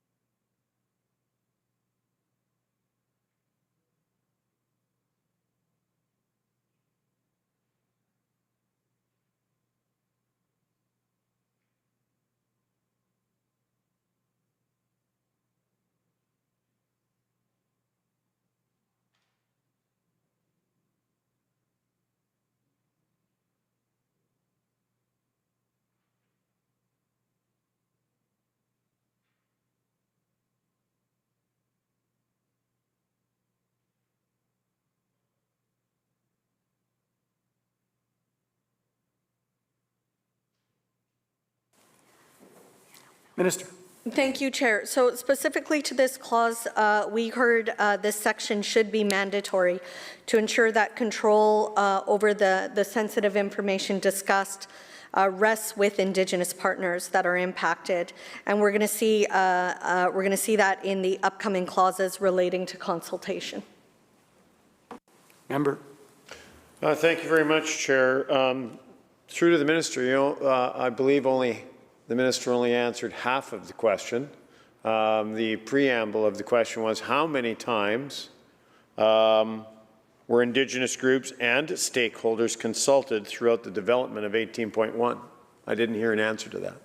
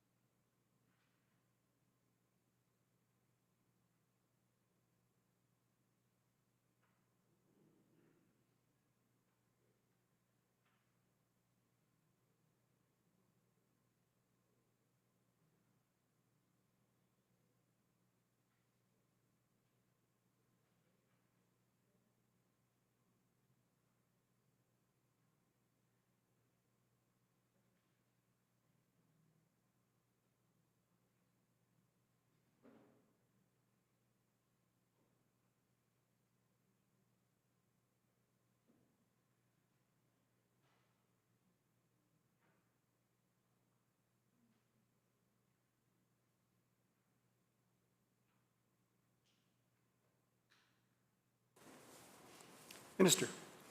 Thank you, Chair. So I have outlined for the member the consultation that has happened on this this draft legislation that before us. I'm happy to share with the member again because it's on the entire substance of the bill. And in 2018-19, consultation did begin all through into 2020-21. We did have discussions with First Nations Leadership Council members, as well as Indigenous leaders across the province, including an invitation to the over 200 nations. We did make sure that we had conversations with the Mahalnath, the Swasin First Nations, the Niskalim's government, the Tk'emlúps and the Shwetnik. Did ask for personal meetings with my team, and we were able to get feedback and work together in consultation with, and in cooperation with Indigenous peoples on the substance of the bill. Member. Thank you very much, Mr. Chair. So in the development of 18.1, it says the head of a public body must refuse to disclose information if the disclosure could reasonably be expected to harm the rights of an Indigenous people. Could the minister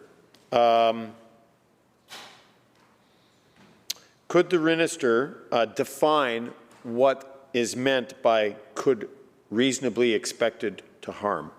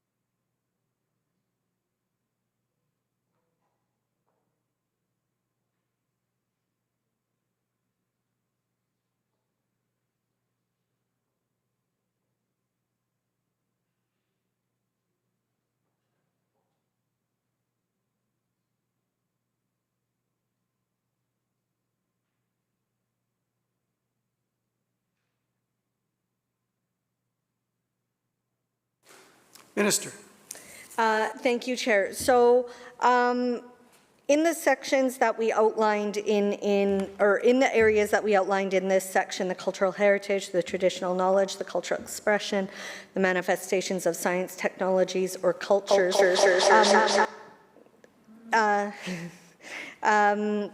Indigenous people, as the member can see in subsection 2 there, that Indigenous peoples do have to consent in writing to the disclosure. And we're going to get more into that in the consultation section, which is upcoming.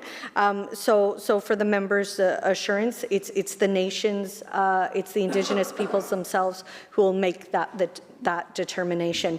And with that, Chair, the committee would like to rise, report progress, and ask leave to sit again.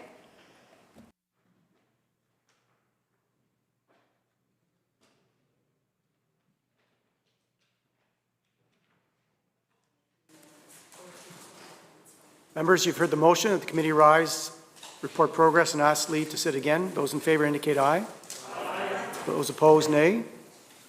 Carried.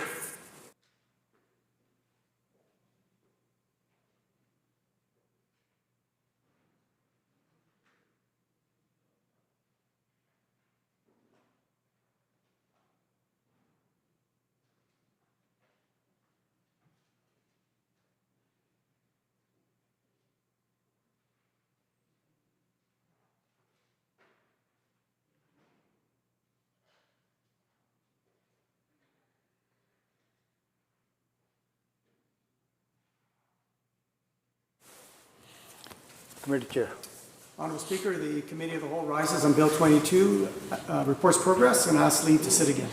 When shall the committee sit again, Government House Leader? Next sitting, So ordered. Government House Leader. I move that the House do now adjourn. Members, you heard the motion. All those in favor indicate aye. Aye. Opposed? Motion carried. This House stands adjourned until 10 a.m. tomorrow.